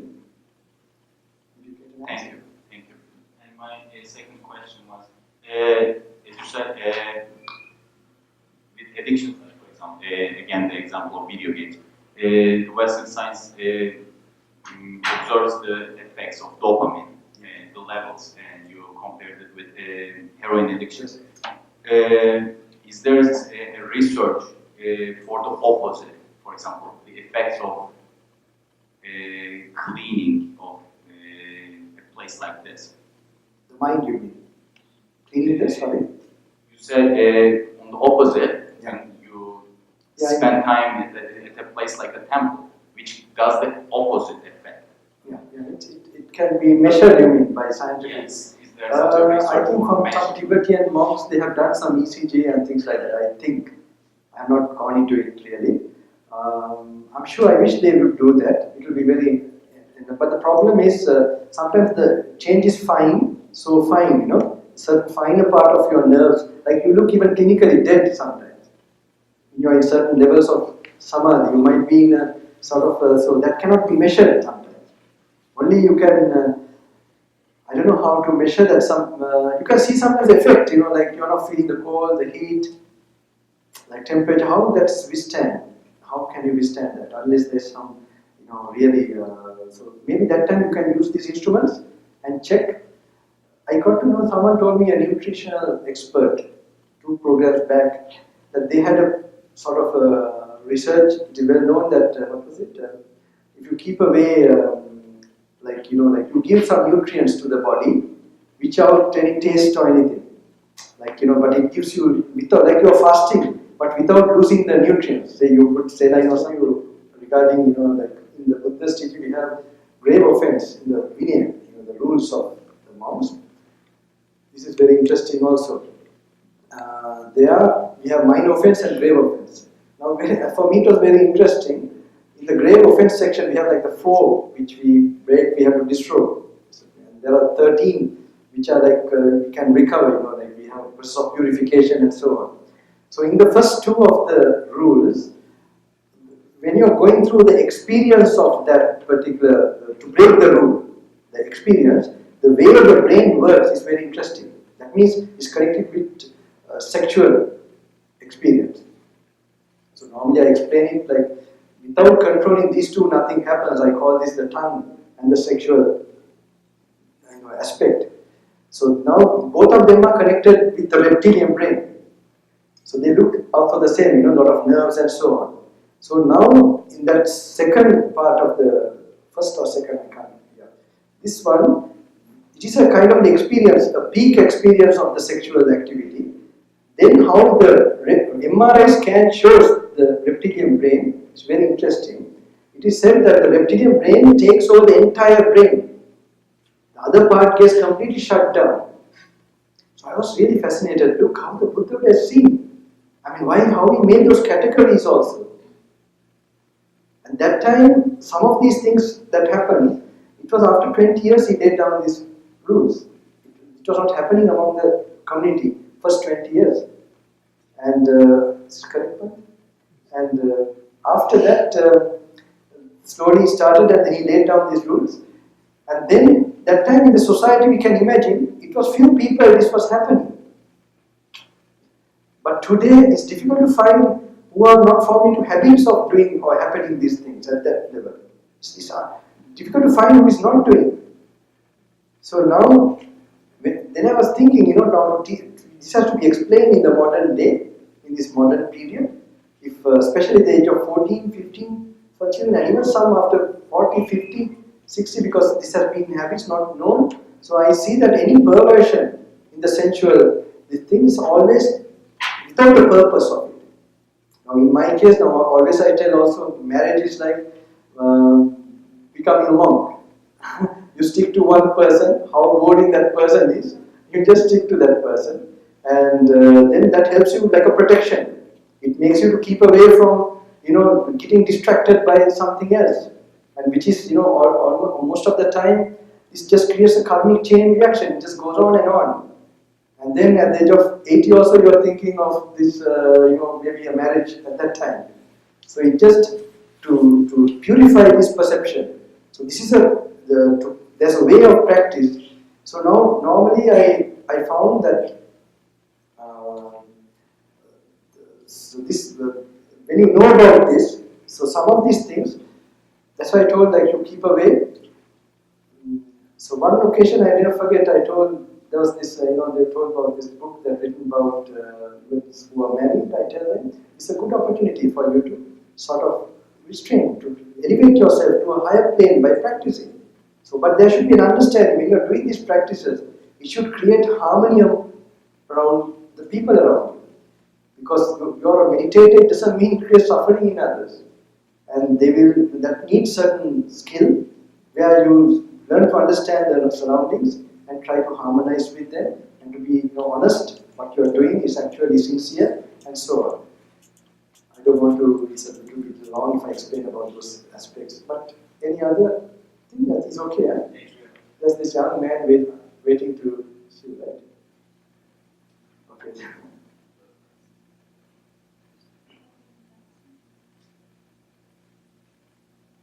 There's okay, lady there.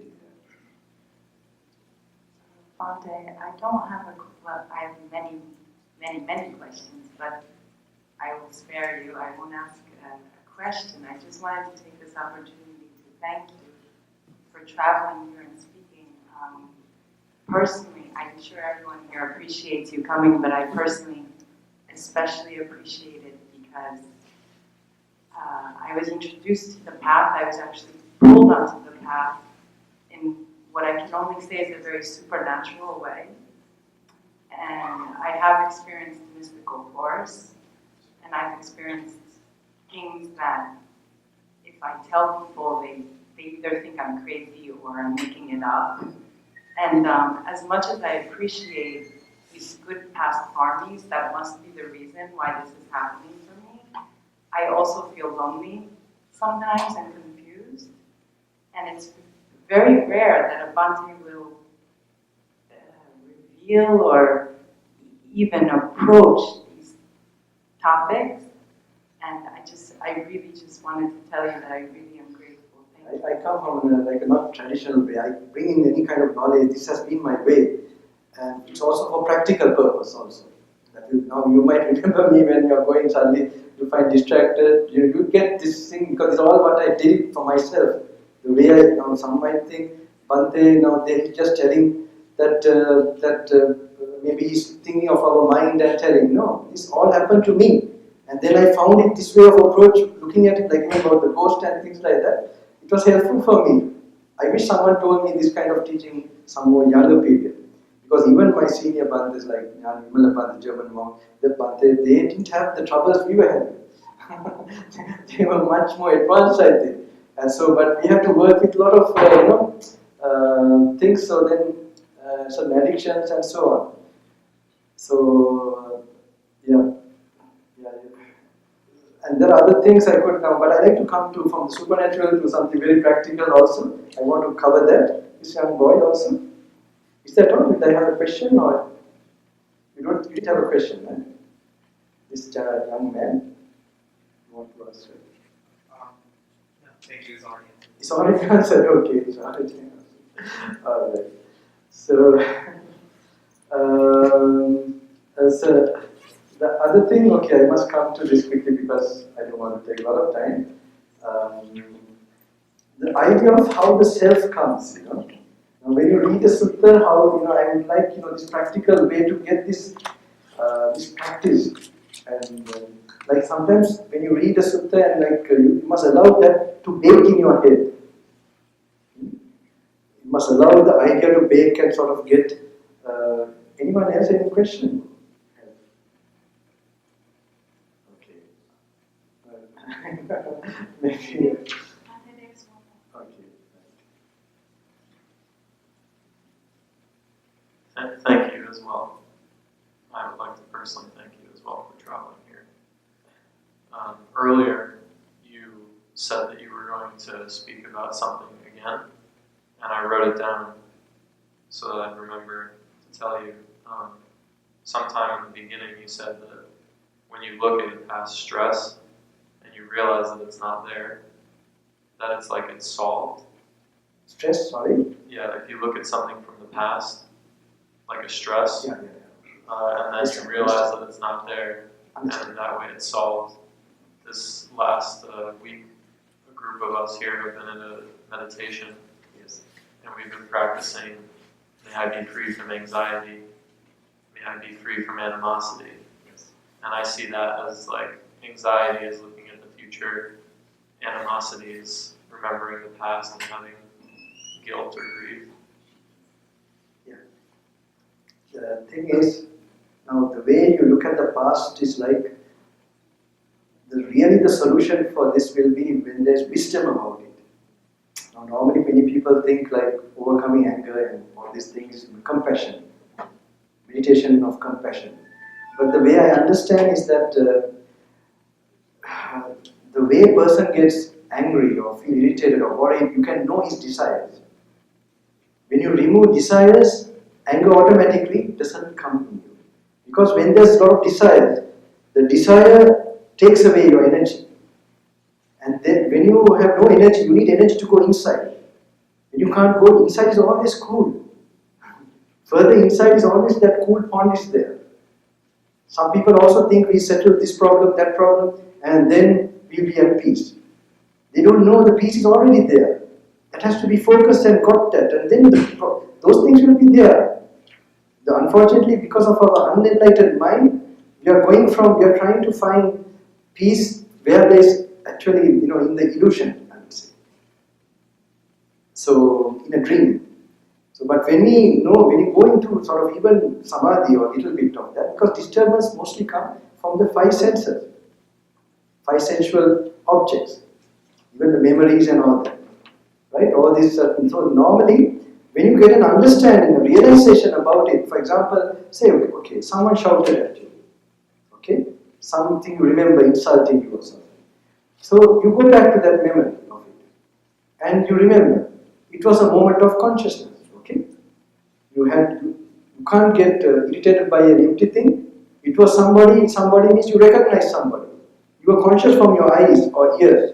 Okay? You had a feeling, then you perceived it. Perceived it as John or somebody. Okay? Good John or bad John, I don't know.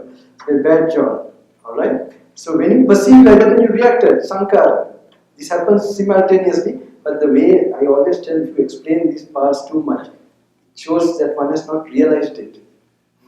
These some things you can't, really, it is like just a pointer. I would say a sutta is like a pointer, but just an idea. Now even Bhante, when I used to meet him, he used to just say to read this sutta, this. He would not explain much.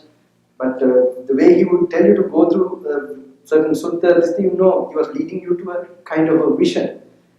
So anyway, when you look back to that, you go back and check. You just remind, this is how it was eye consciousness. With the eye consciousness, you had this perception.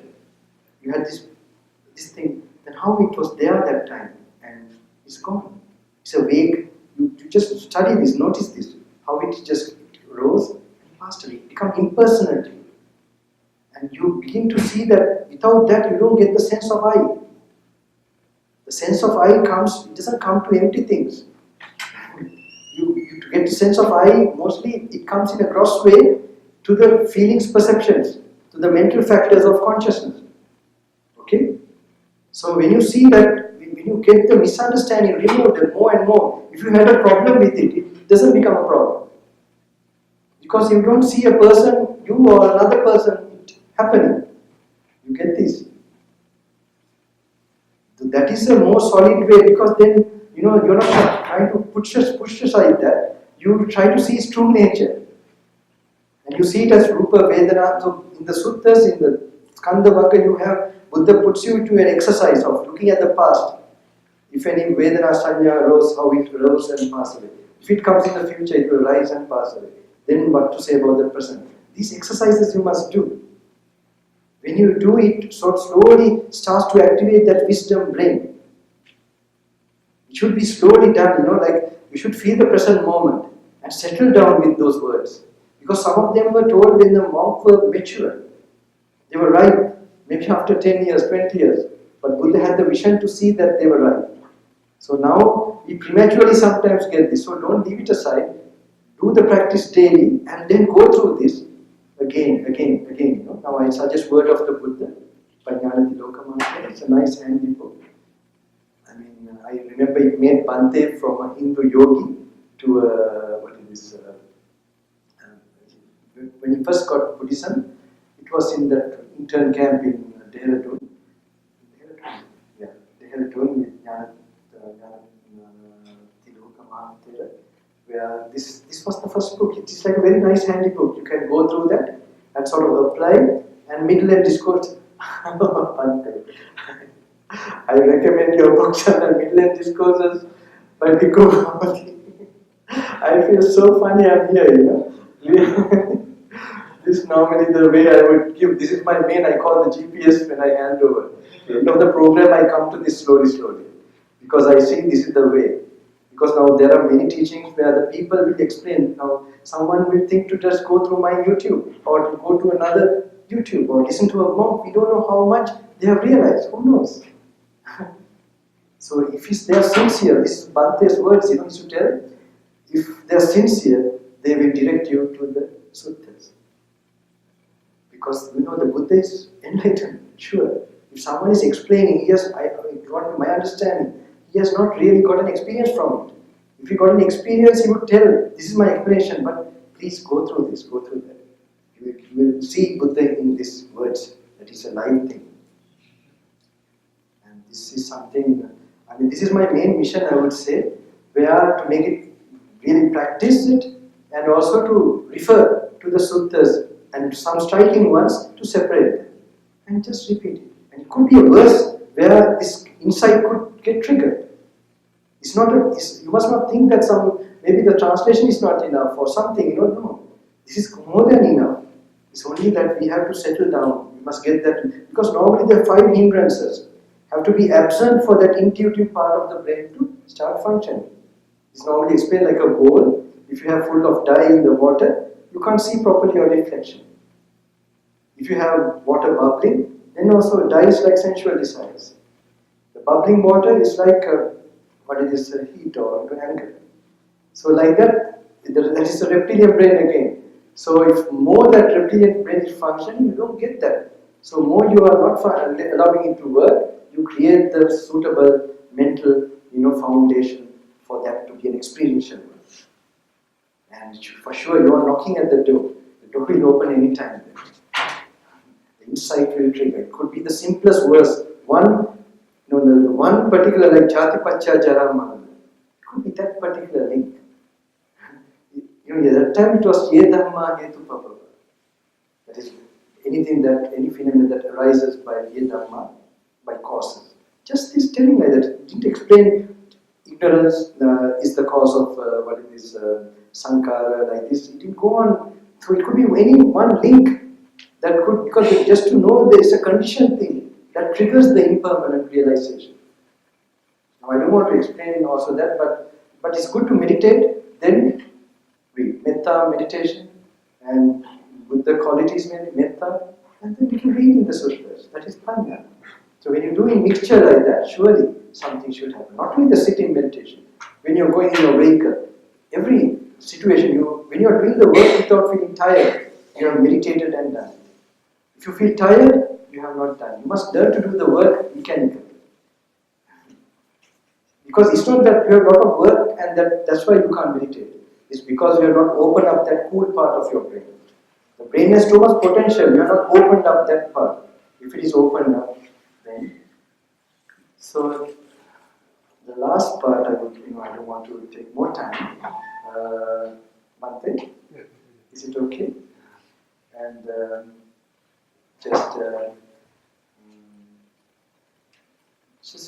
I normally demonstrate something, but I don't know how Bhante, because I make it very, I have so many ways I just put in.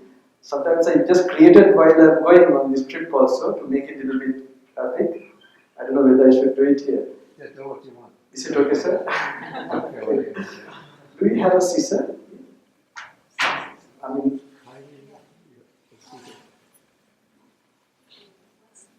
the scissor. yes, sir.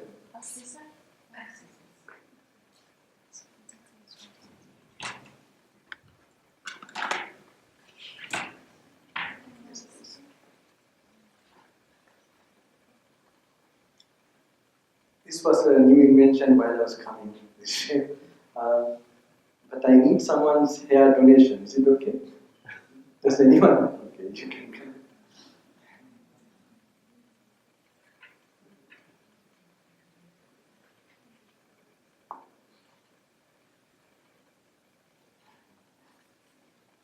You have a good style and it is talking.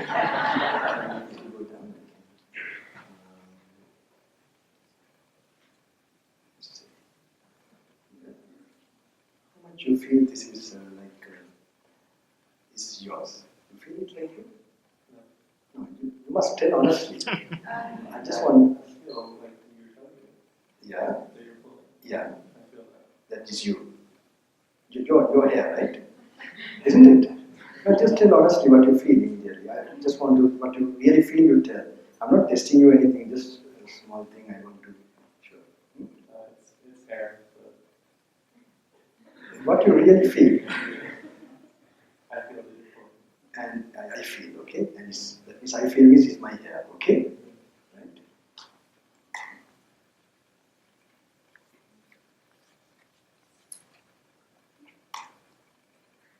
Don't worry, nobody sees that. But this how much you feel is. Do you feel as much as that, or what do you feel now?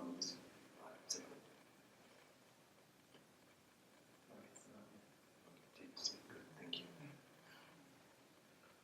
So,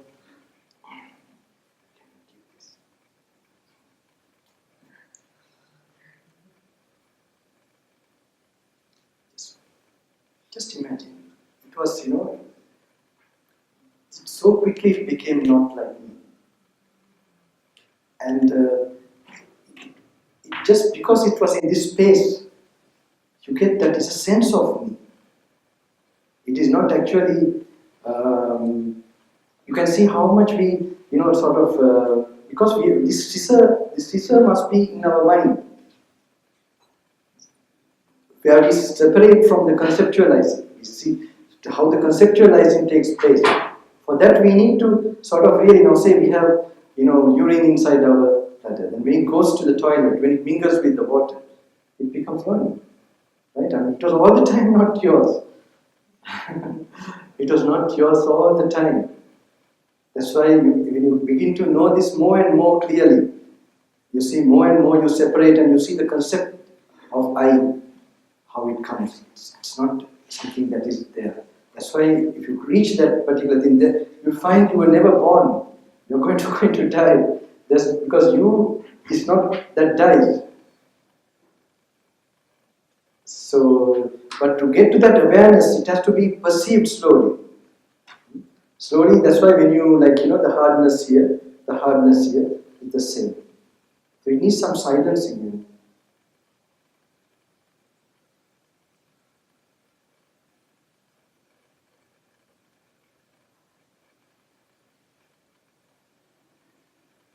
When you read the sutta there, when it says that there's no person, no self, that has to be pondered on and sort of be there, where you're trying to show the actuality or reality of this thing. And if you're really seeing it, you see that it was just a sin.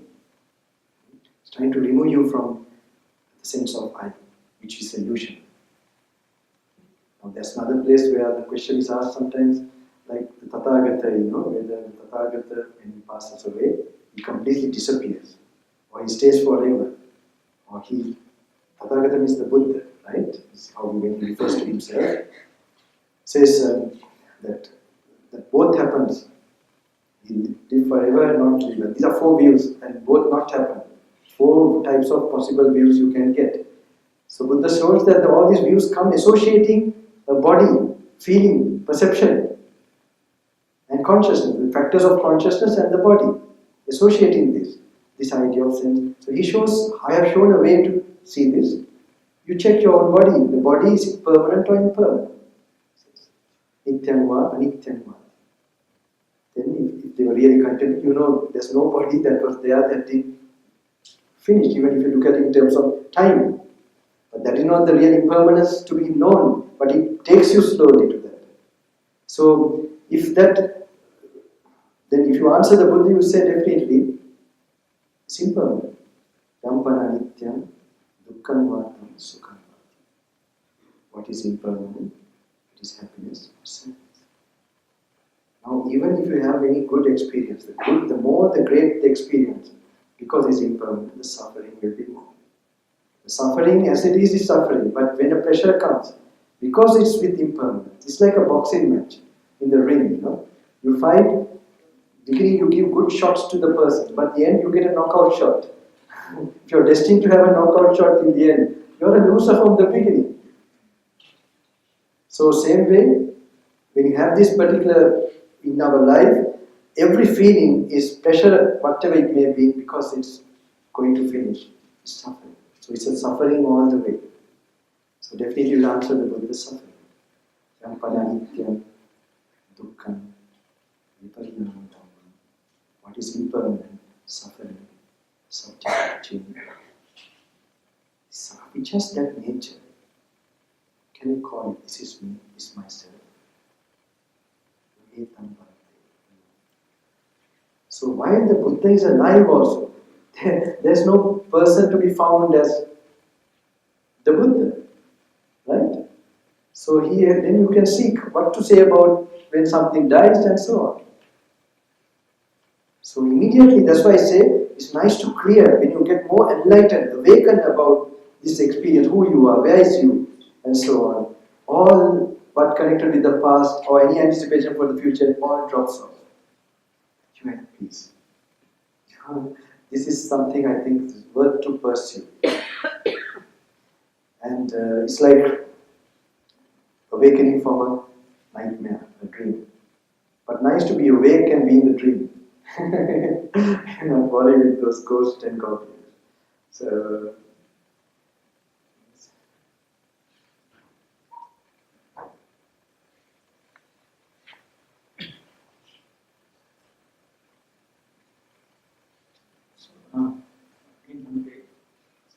mentioned about wonderful thing how to study Sutta and practice it. So Just 1 minute, just 1 minute. Just before you go, just stand a little bit. I just want to give some small thing, okay? Just wait there. Wait.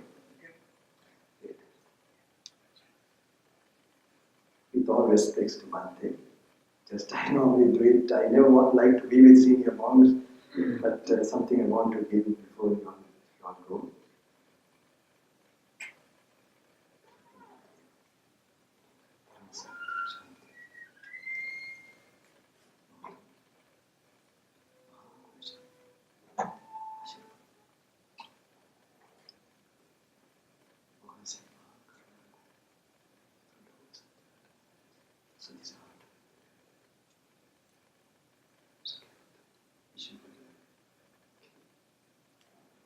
End of the program, I will give you something, okay? But they are going, so we can go. It's okay.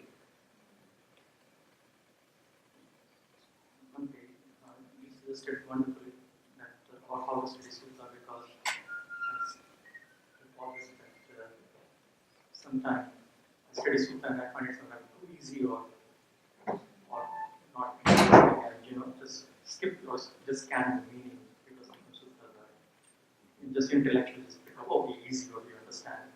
But as you mentioned that sometimes in practice when we go through some experiences then they make like similes, they just completely stand out, they become like inside and they become part of you. And very good, rather your insight you can relate to those symbols. They get very alive for you. Now regarding your suggestion about this, intellectually we all understand this is not me or mine, not myself, and as you demonstrated, how to again put in the meditative practice because when we are in samadhi, we get into certain type of concentration, we are in like tranquility state, but like you said, come out of it, then you study Sutta, and then so how about this experience is introduced into the practice? I think when you're practicing the samadhi, you must separate into it and get fully mastery of it. Don't mix it with any other thing. Like you have, normally in my own practice, we have like to give some inspiration, some Buddha's qualities or something, some bodhisattvas, and so many ways of inspiring. I don't want to tell people maybe little because I don't know how to say it. Ancient saints inspire me, different things, even from Christian tradition. All sort of, even I find some of them are like, it's a very interesting thing. You have heard of, sometimes the Bodhisattva story is very similar, even the Muslim. Have you heard of Joseph? Yusuf they call it. Okay. It's very surprising, the compassion, the wisdom. It's like a story of a Buddha's past life. This is how I relate to so many other things like that. I take it from qualities, not from something from that country. It doesn't work in my head. It's like I feel. If there's compassion in them, that spirituality is there. And if there is any renunciation, detachment, any wisdom, but then I also see the distinction of this wisdom of the Buddha, which he called now impermanence is not just impermanence of the sensual world. It is the universal impermanence, even of higher states of consciousness, now even the peacefulness. Now I see many other teachings also, they do talk of the, the illusionary nature of the 5 sensorial experiences, the memories of that and so on. But I see it like a screen, for example. They call it like the pure consciousness and so on. I understand that, but pure consciousness, that equanimous feeling, like being an observer of this, and sometimes even being the observer of the observer, like that. And there is some ways of going to more subtler, but they are all related with equanimity.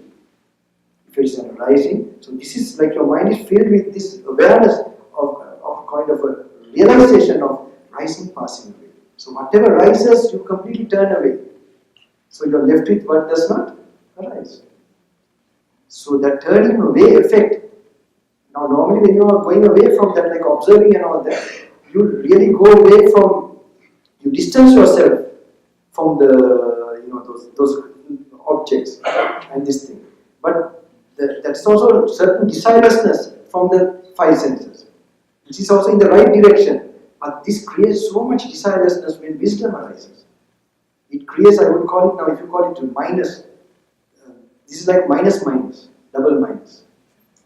So you have to test yourself also, not because you're Buddhist or something. If you practice, you must check which one, the analyzing the insights, make you overcome the attachment to something, or in practical situation, now in my jungle experience, I found when I was not having the comfort zone, some practices of samadhi, I couldn't do it.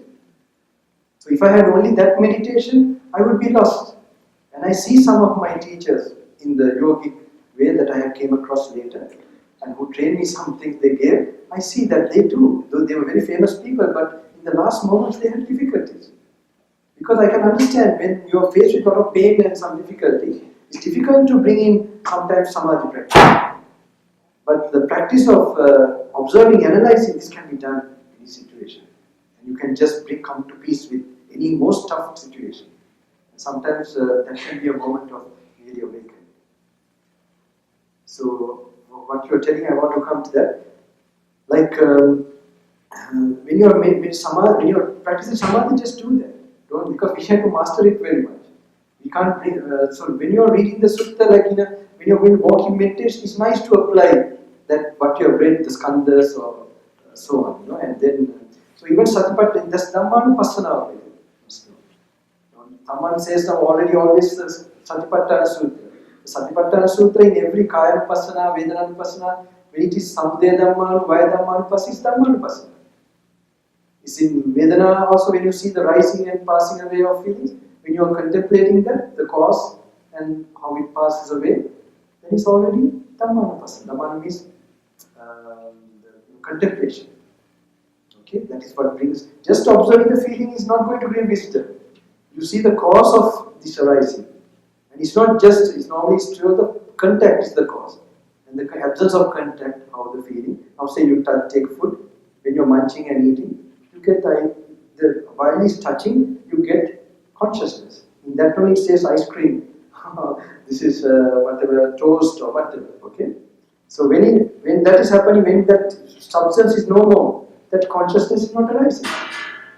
So if you're really watching while tasting also, you see it's the contact is the cause, no contact, no arising of that. So when the contact is absent, how it comes to an end? Dissolution. So that's your contemplate. Then when you see that, you also perceive do you get you get I experience this. It is for that feeling, and you are, because of the cream, you are having unmindfulness, and there you are identifying as a self there. But if you are focused and waiting and really observing why it's touching and how when the crumbs are no more touching, that's not arising, then what happens? You see it was not a self there, it's just something, self-material has immediately dissolved. And so this, when more you have any levels of seeing the phenomena, you will naturally don't see a self there.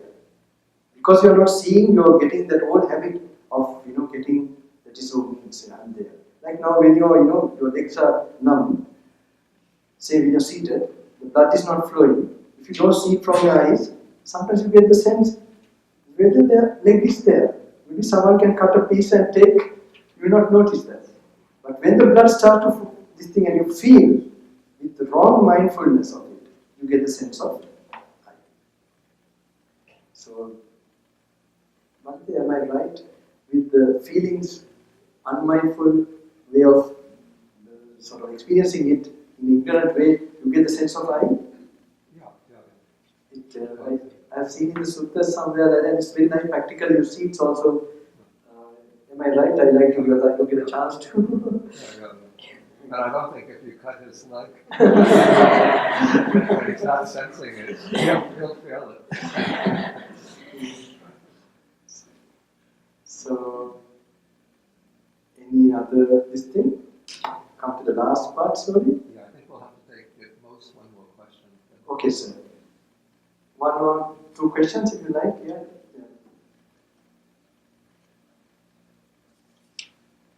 Not sure if the question is really related to the lecture, but quite often I find in the sutta, the instruction is quite general, especially when it comes to how exactly you know whether you've actually first jhana, or second jhana, or third jhana.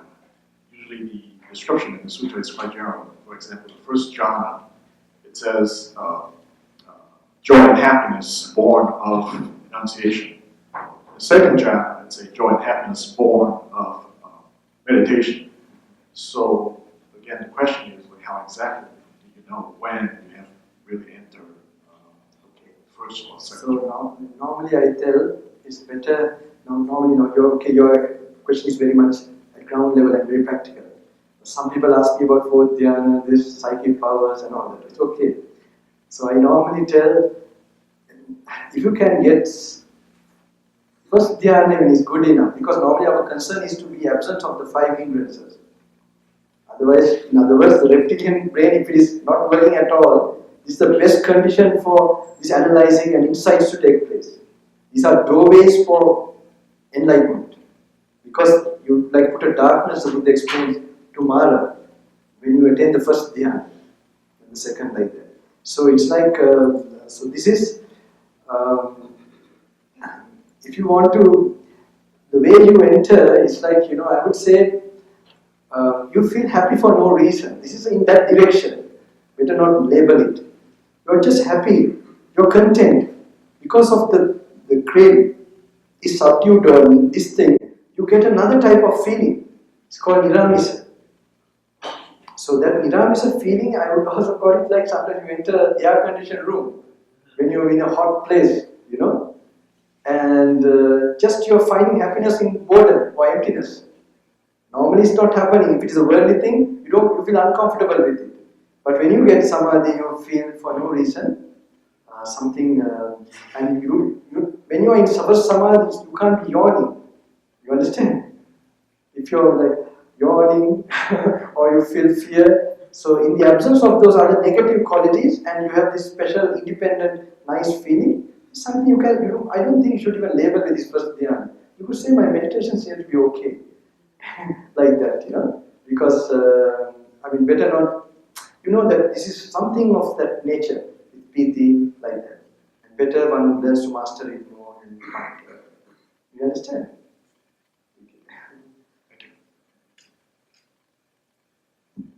Any other one wants to?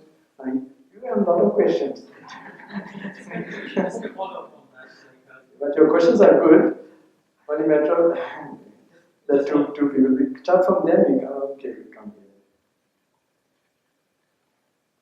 I don't want to zip my bante. See, others have taken you all until morning. So just follow up on that. When you're investigating, when you reach, like, when the 500 hindrances are subdued, how would you investigate? How would you activate mind? I am not gone, but I just you do nothing. Just enjoy that first. You enjoy that spiritual ice cream. Try to master it and pervade yourself a little bit from, this is the first time you get a taste of away from the karma, sanskaras being reduced. So just experience it, and next time also take it as an experience, because an expectation of it will block it again. But this needs a lot of purity of your daily activity. Now I told you, like relaxing and driving and all these things. These are one, and sense control. You can't get without the basics of that being fulfilled to some extent. Because it builds up, it saturates to that equanimity to a certain extent, and then it enters into that. You understand? So this, it needs that lot of. So don't name it also. Just take it now. Today my meditation was quite good. So then later read the books, Skanda, Salayat, Satipatthana, and what don't read, like just take the certain point. At that time your mind is capable of baking the idea. You get it? We are rushing. Why? We don't have the tranquility to practice that type of Buddha what he wants. Because the Sutta, the way I understand is that, now today I'm using a lot the way I understand. Because I'm very cautious. Because they are like signposts, I must say. Now the signpost directs you to something, but it is not the destination. So it is just a pointer for to trigger a certain insight. So it's like slow, deep thinking, not shallow, fast thinking. So it needs to, so for you to, so if it becomes a strain for you to sort of apply, it means your mind is not prepared yet. It has not the prerequisites of purity and tranquility. So when you have the little restfulness in your bed maybe, you just take the book, okay, some of the like suttas which explain of analyzing and so on. You should just watch yourself with that. Just like I was telling, like when he talks about the Patavida, the Buddha, then you take that what he says. He says external or internal or external. Then you know what is in this space. So he takes the predominant one, the teeth, the hair, like that, so on. So you just visualize that slightly. You don't think too much. You don't wait without thinking on it. Just note that that is the predominant hard nature, and you just take that hardness and the hardness of outside anything. So just the idea is not to really get too much knowledge of the hair. Is to get the sense of like it's same. Then your idea of ego goes away. That is the effect. You must know the purpose of the sutta. It is to bring that insight. So then you must be in that. When you get the little clarity, hold on to that. There are times when I was talking to Bhante, when he knew that I was like he was explaining something and he focus is to remain silent. Just is to tell, hold on. Because you allow that to become a part of that. So you are sort of activating, and when maturity of that, building of that, you will get something that you can't explain. If you get a clarity, it's like, wow, this is it. These are because there are levels of this to be, and then it will be like you will get faith in the Buddha, because one of those words you were reading when you were going for a walk is just triggered, and you will actually see the Buddha. See means they are not a visual. It's like you have no doubt. You saw that. It's like a ever functioning principle. That is universal one that is there, and you now suddenly saw it. Any the one question from there, the last one maybe. Okay. Yes.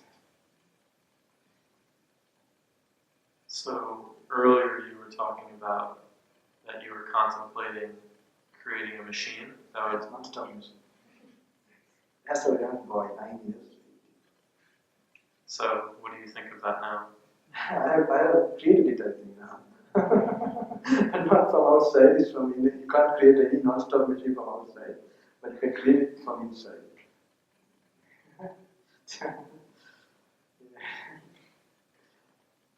Yeah, it's funny, no? Because I had only that information. My father was, that engineering and all the drawing boards, and so I was trying to think.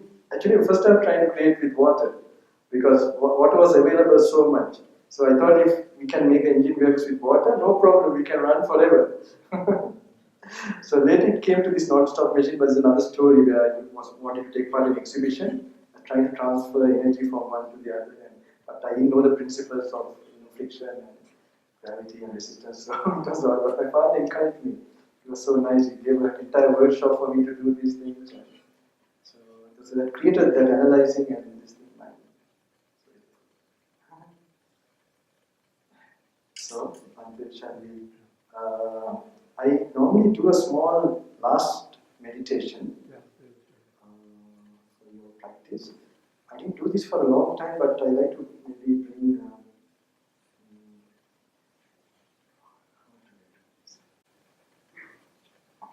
If you want to.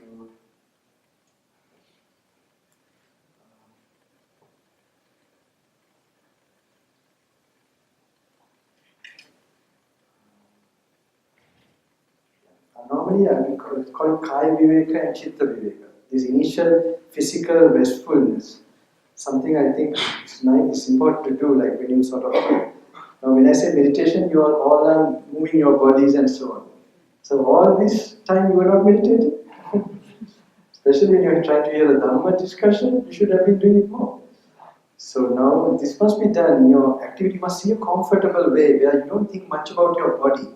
So these are important. When you're driving and when you're sort of sweeping, you try to enjoy it by experiencing peacefulness in your mind and doing the job.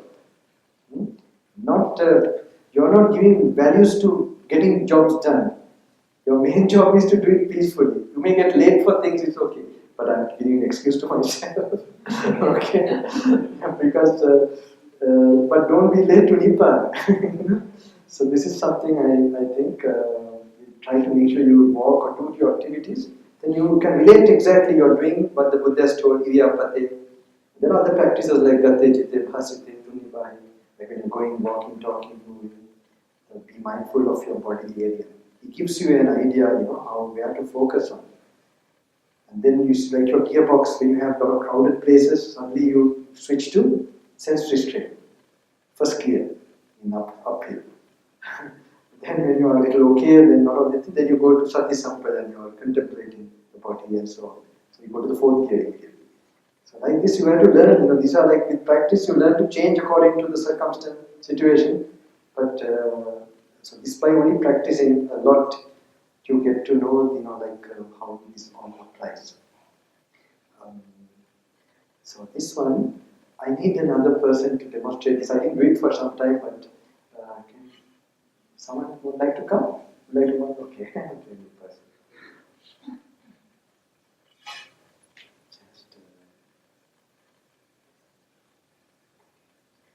you can sit here, facing the crowd.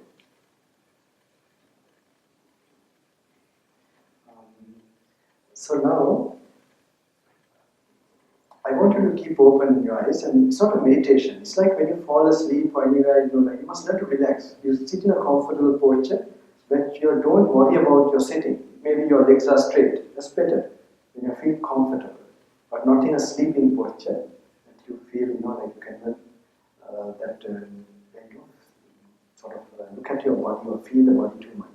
Very nice, like thinking you're in front of a beach, looking at a nice, scenery, or in the park.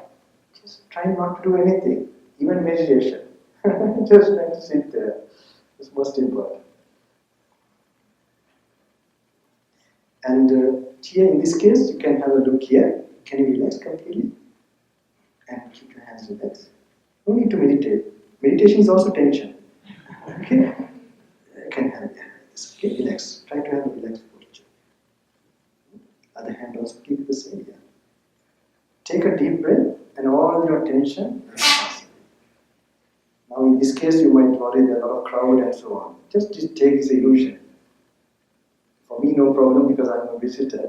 But when you're familiar with people, you'll be a little conscious of the persons and so on. But take it. Let me relax. Like when I'm falling asleep, I will let go everything. Okay. I will do something, don't pay attention to that. Just pay attention in just focusing on the tension in the mind and sort of relaxing.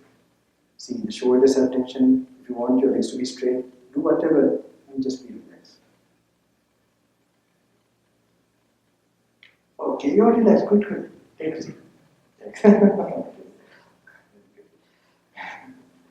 So these people are meditating, huh? Okay. Right.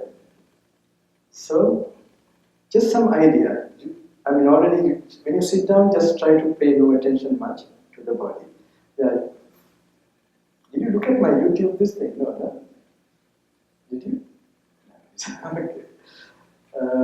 So now when you pay attention, the other one, another small one, you don't look very this thing. Take your hand and no, but they're not too certain.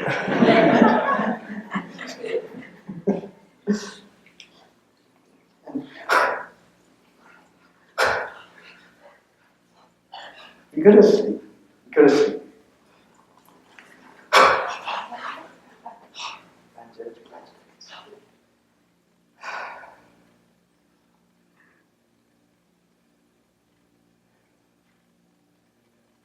Just tighten your hands, strong, and then relax.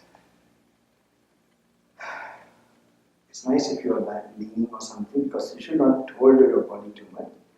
It's a small little period because you don't have time for doing sakman or anything. Just quick sakman that was, right? Relax. And then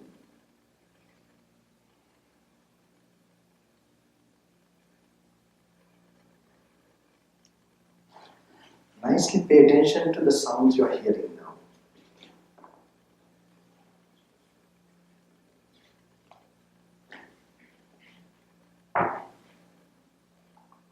Just pay attention. Now you can hear the sound. The other generator you are hearing also. Just relaxingly pay attention to the sounds.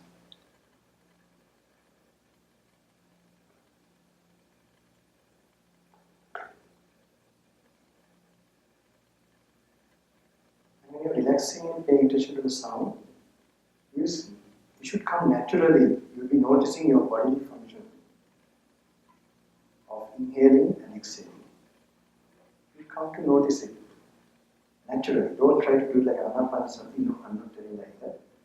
Just you'll be noticing inhalation and exhalation.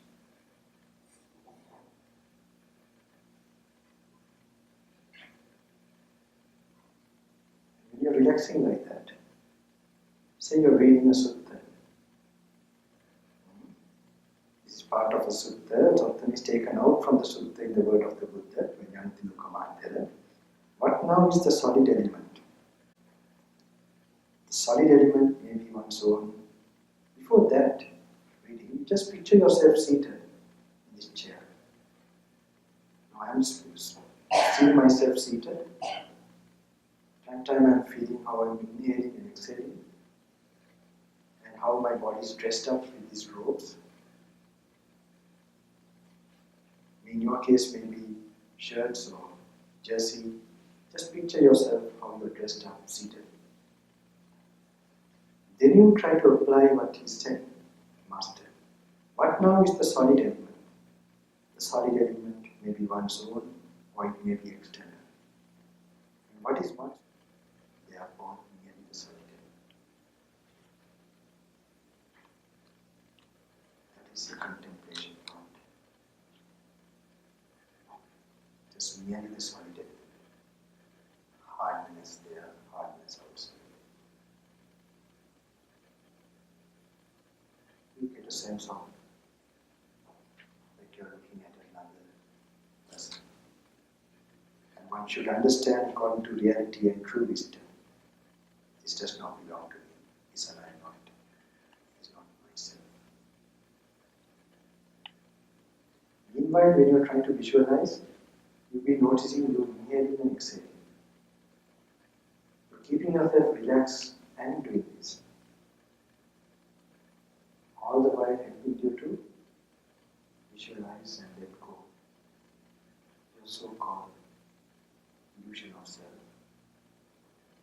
When you read through this, you will find you are reducing tension. You feel energized and peaceful. So it goes to the fluid element, apodhatu. So it goes on to all the elements. Urine, or skin, grace, saliva, nasal mucus. So you can think whether it is one's own fluid element like the blood in your body, flowing in the veins, and a tap water. Just a second.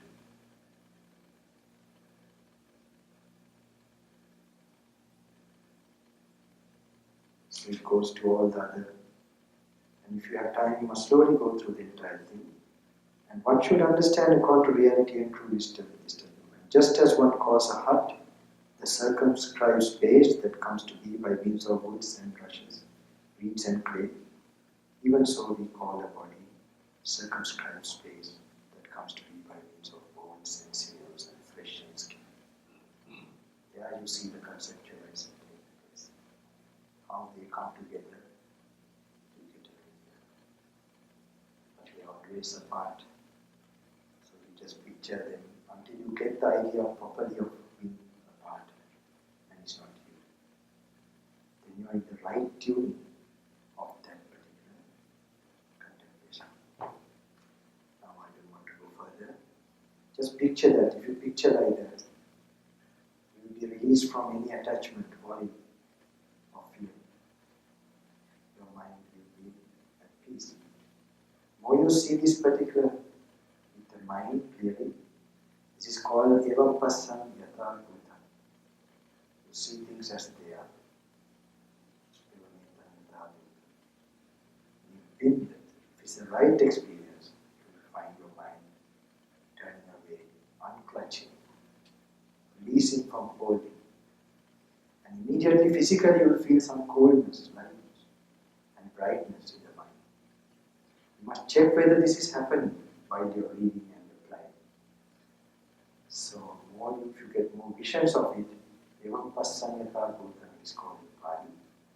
With the right experiences, you immediately, like the snake, you notice it's a snake. It's called Nipinda, let go. Nirachana, Nirodha, cessation, Nibbana, the mind eternally. Etam Santam, Etam Tam, Sapasankara Samata, Patisa, Panaka, Virako, Nirodha, Nibbana. Etam Santam, this peace. Sankara Samanta, all the formations, conditioned world comes to an end. Patisako, holding on comes to an end. Pannakaro, ceasing of the grave. Virago, dispassion. Cessation. Sankara Paramadika, Sukha. So think how peaceful this is. If I really merge into this, my mind will be free from greed, hate, delusion. Just like my mind, the people in this hall may also get this blissful, peaceful experience. Not only people in this hall, like you're going from a helicopter, all who are in this area and this vicinity, entire, I don't know, New Jersey and all these states, Connecticut and states, all the people living there, like ants, may they get this peace of mind and sense of freedom from suffering. Not only states, South America, North America, like you're going from flying in the sky, Central America, England, Europe, Africa, the Mediterranean, Sri Lanka, India, Nepal, Tibet, and China, and Russia, Afghanistan, Pakistan, Iran, Iraq, Middle East, Mediterranean, Australia, Taiwan, Japan, entire humanity, the entire planet, may they be free from greed, hate, and delusion.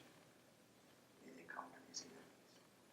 Not only human beings, the animal world, the spirit world, the hair worlds, Vedarani Padu, Avicci, may those worlds also get this peaceful.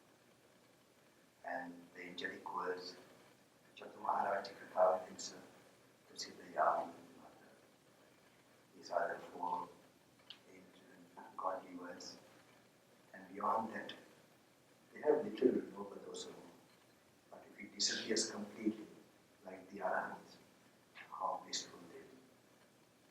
Not only them, Brahmalokas, Brahma Purohita, Brahma Parisaja, Mahavyaga, Vrihapasa, Agadita Brahma, Nesanya, Nasana. They don't have greed, hate, but there is this idea of self, that heaviness of self, the subtlest heaviness, and that also disappears. How peacefully. So you wish them completely that final peace from the highest to the lowest, like you're looking from space.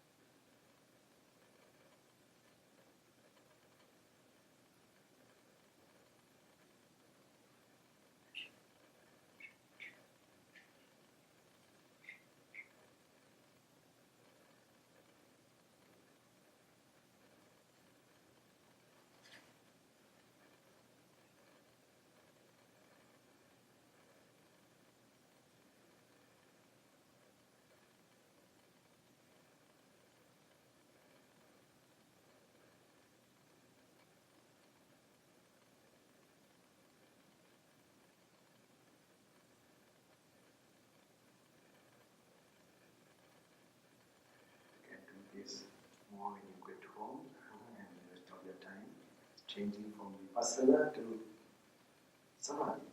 You can change like this. more the vipassana, more compassion, and more samadhi is possible also. Samadhi also can help you by this fourth phase. And just now, before I leave maybe, I will be doing something, give you some kind of some blessings. It's connected with samadhi a little bit. And for this, it's good if you can keep silence tonight. You can take dinner. Because you just imagine some yogis or people who are practicing the Himalayas for a long time, no meeting anyone, silent. You can generate certain types of energy. So, if you keep silence, try to keep, if you have something really essential you can do, speak or do something. So in the morning, in the night time, you will get some of the essence of it. So just I'm telling the organizers, I mean it's difficult for them to solve certain new things. So I just try to give you some blessings. That maybe I might meet Bhante privately, I don't know how it is. So just anything.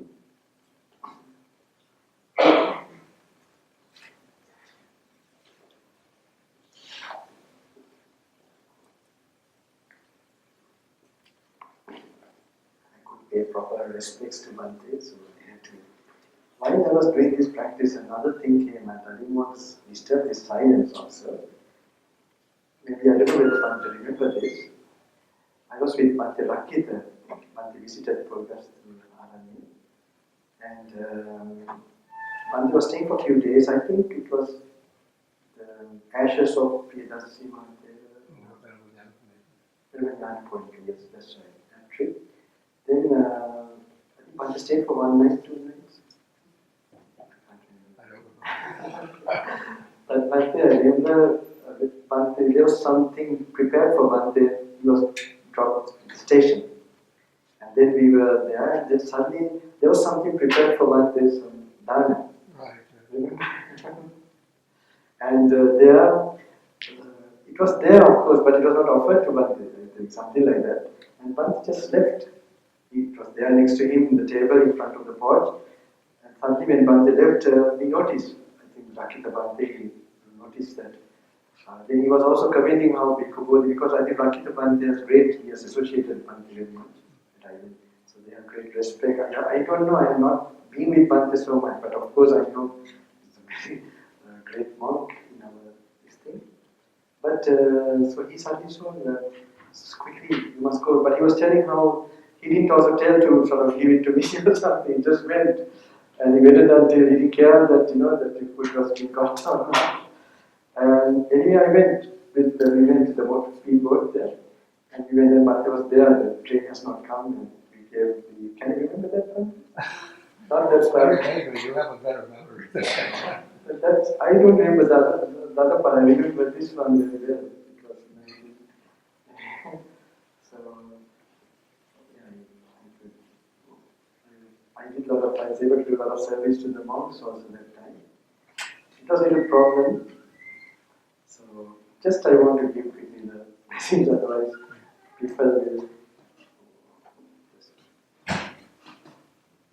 Can you wait 1 minute? Just 1 minute. Just stand there, it's okay. Just stand there. Anyone have any particular something that makes you feel difficult still, if you don't have to face this something, if you're still worried about this life, about this something? Can you slightly raise your hand? If anyone has anything like that? Yeah. Slightly raise, okay. I'm not talking to joke about it. It's really you have something, please.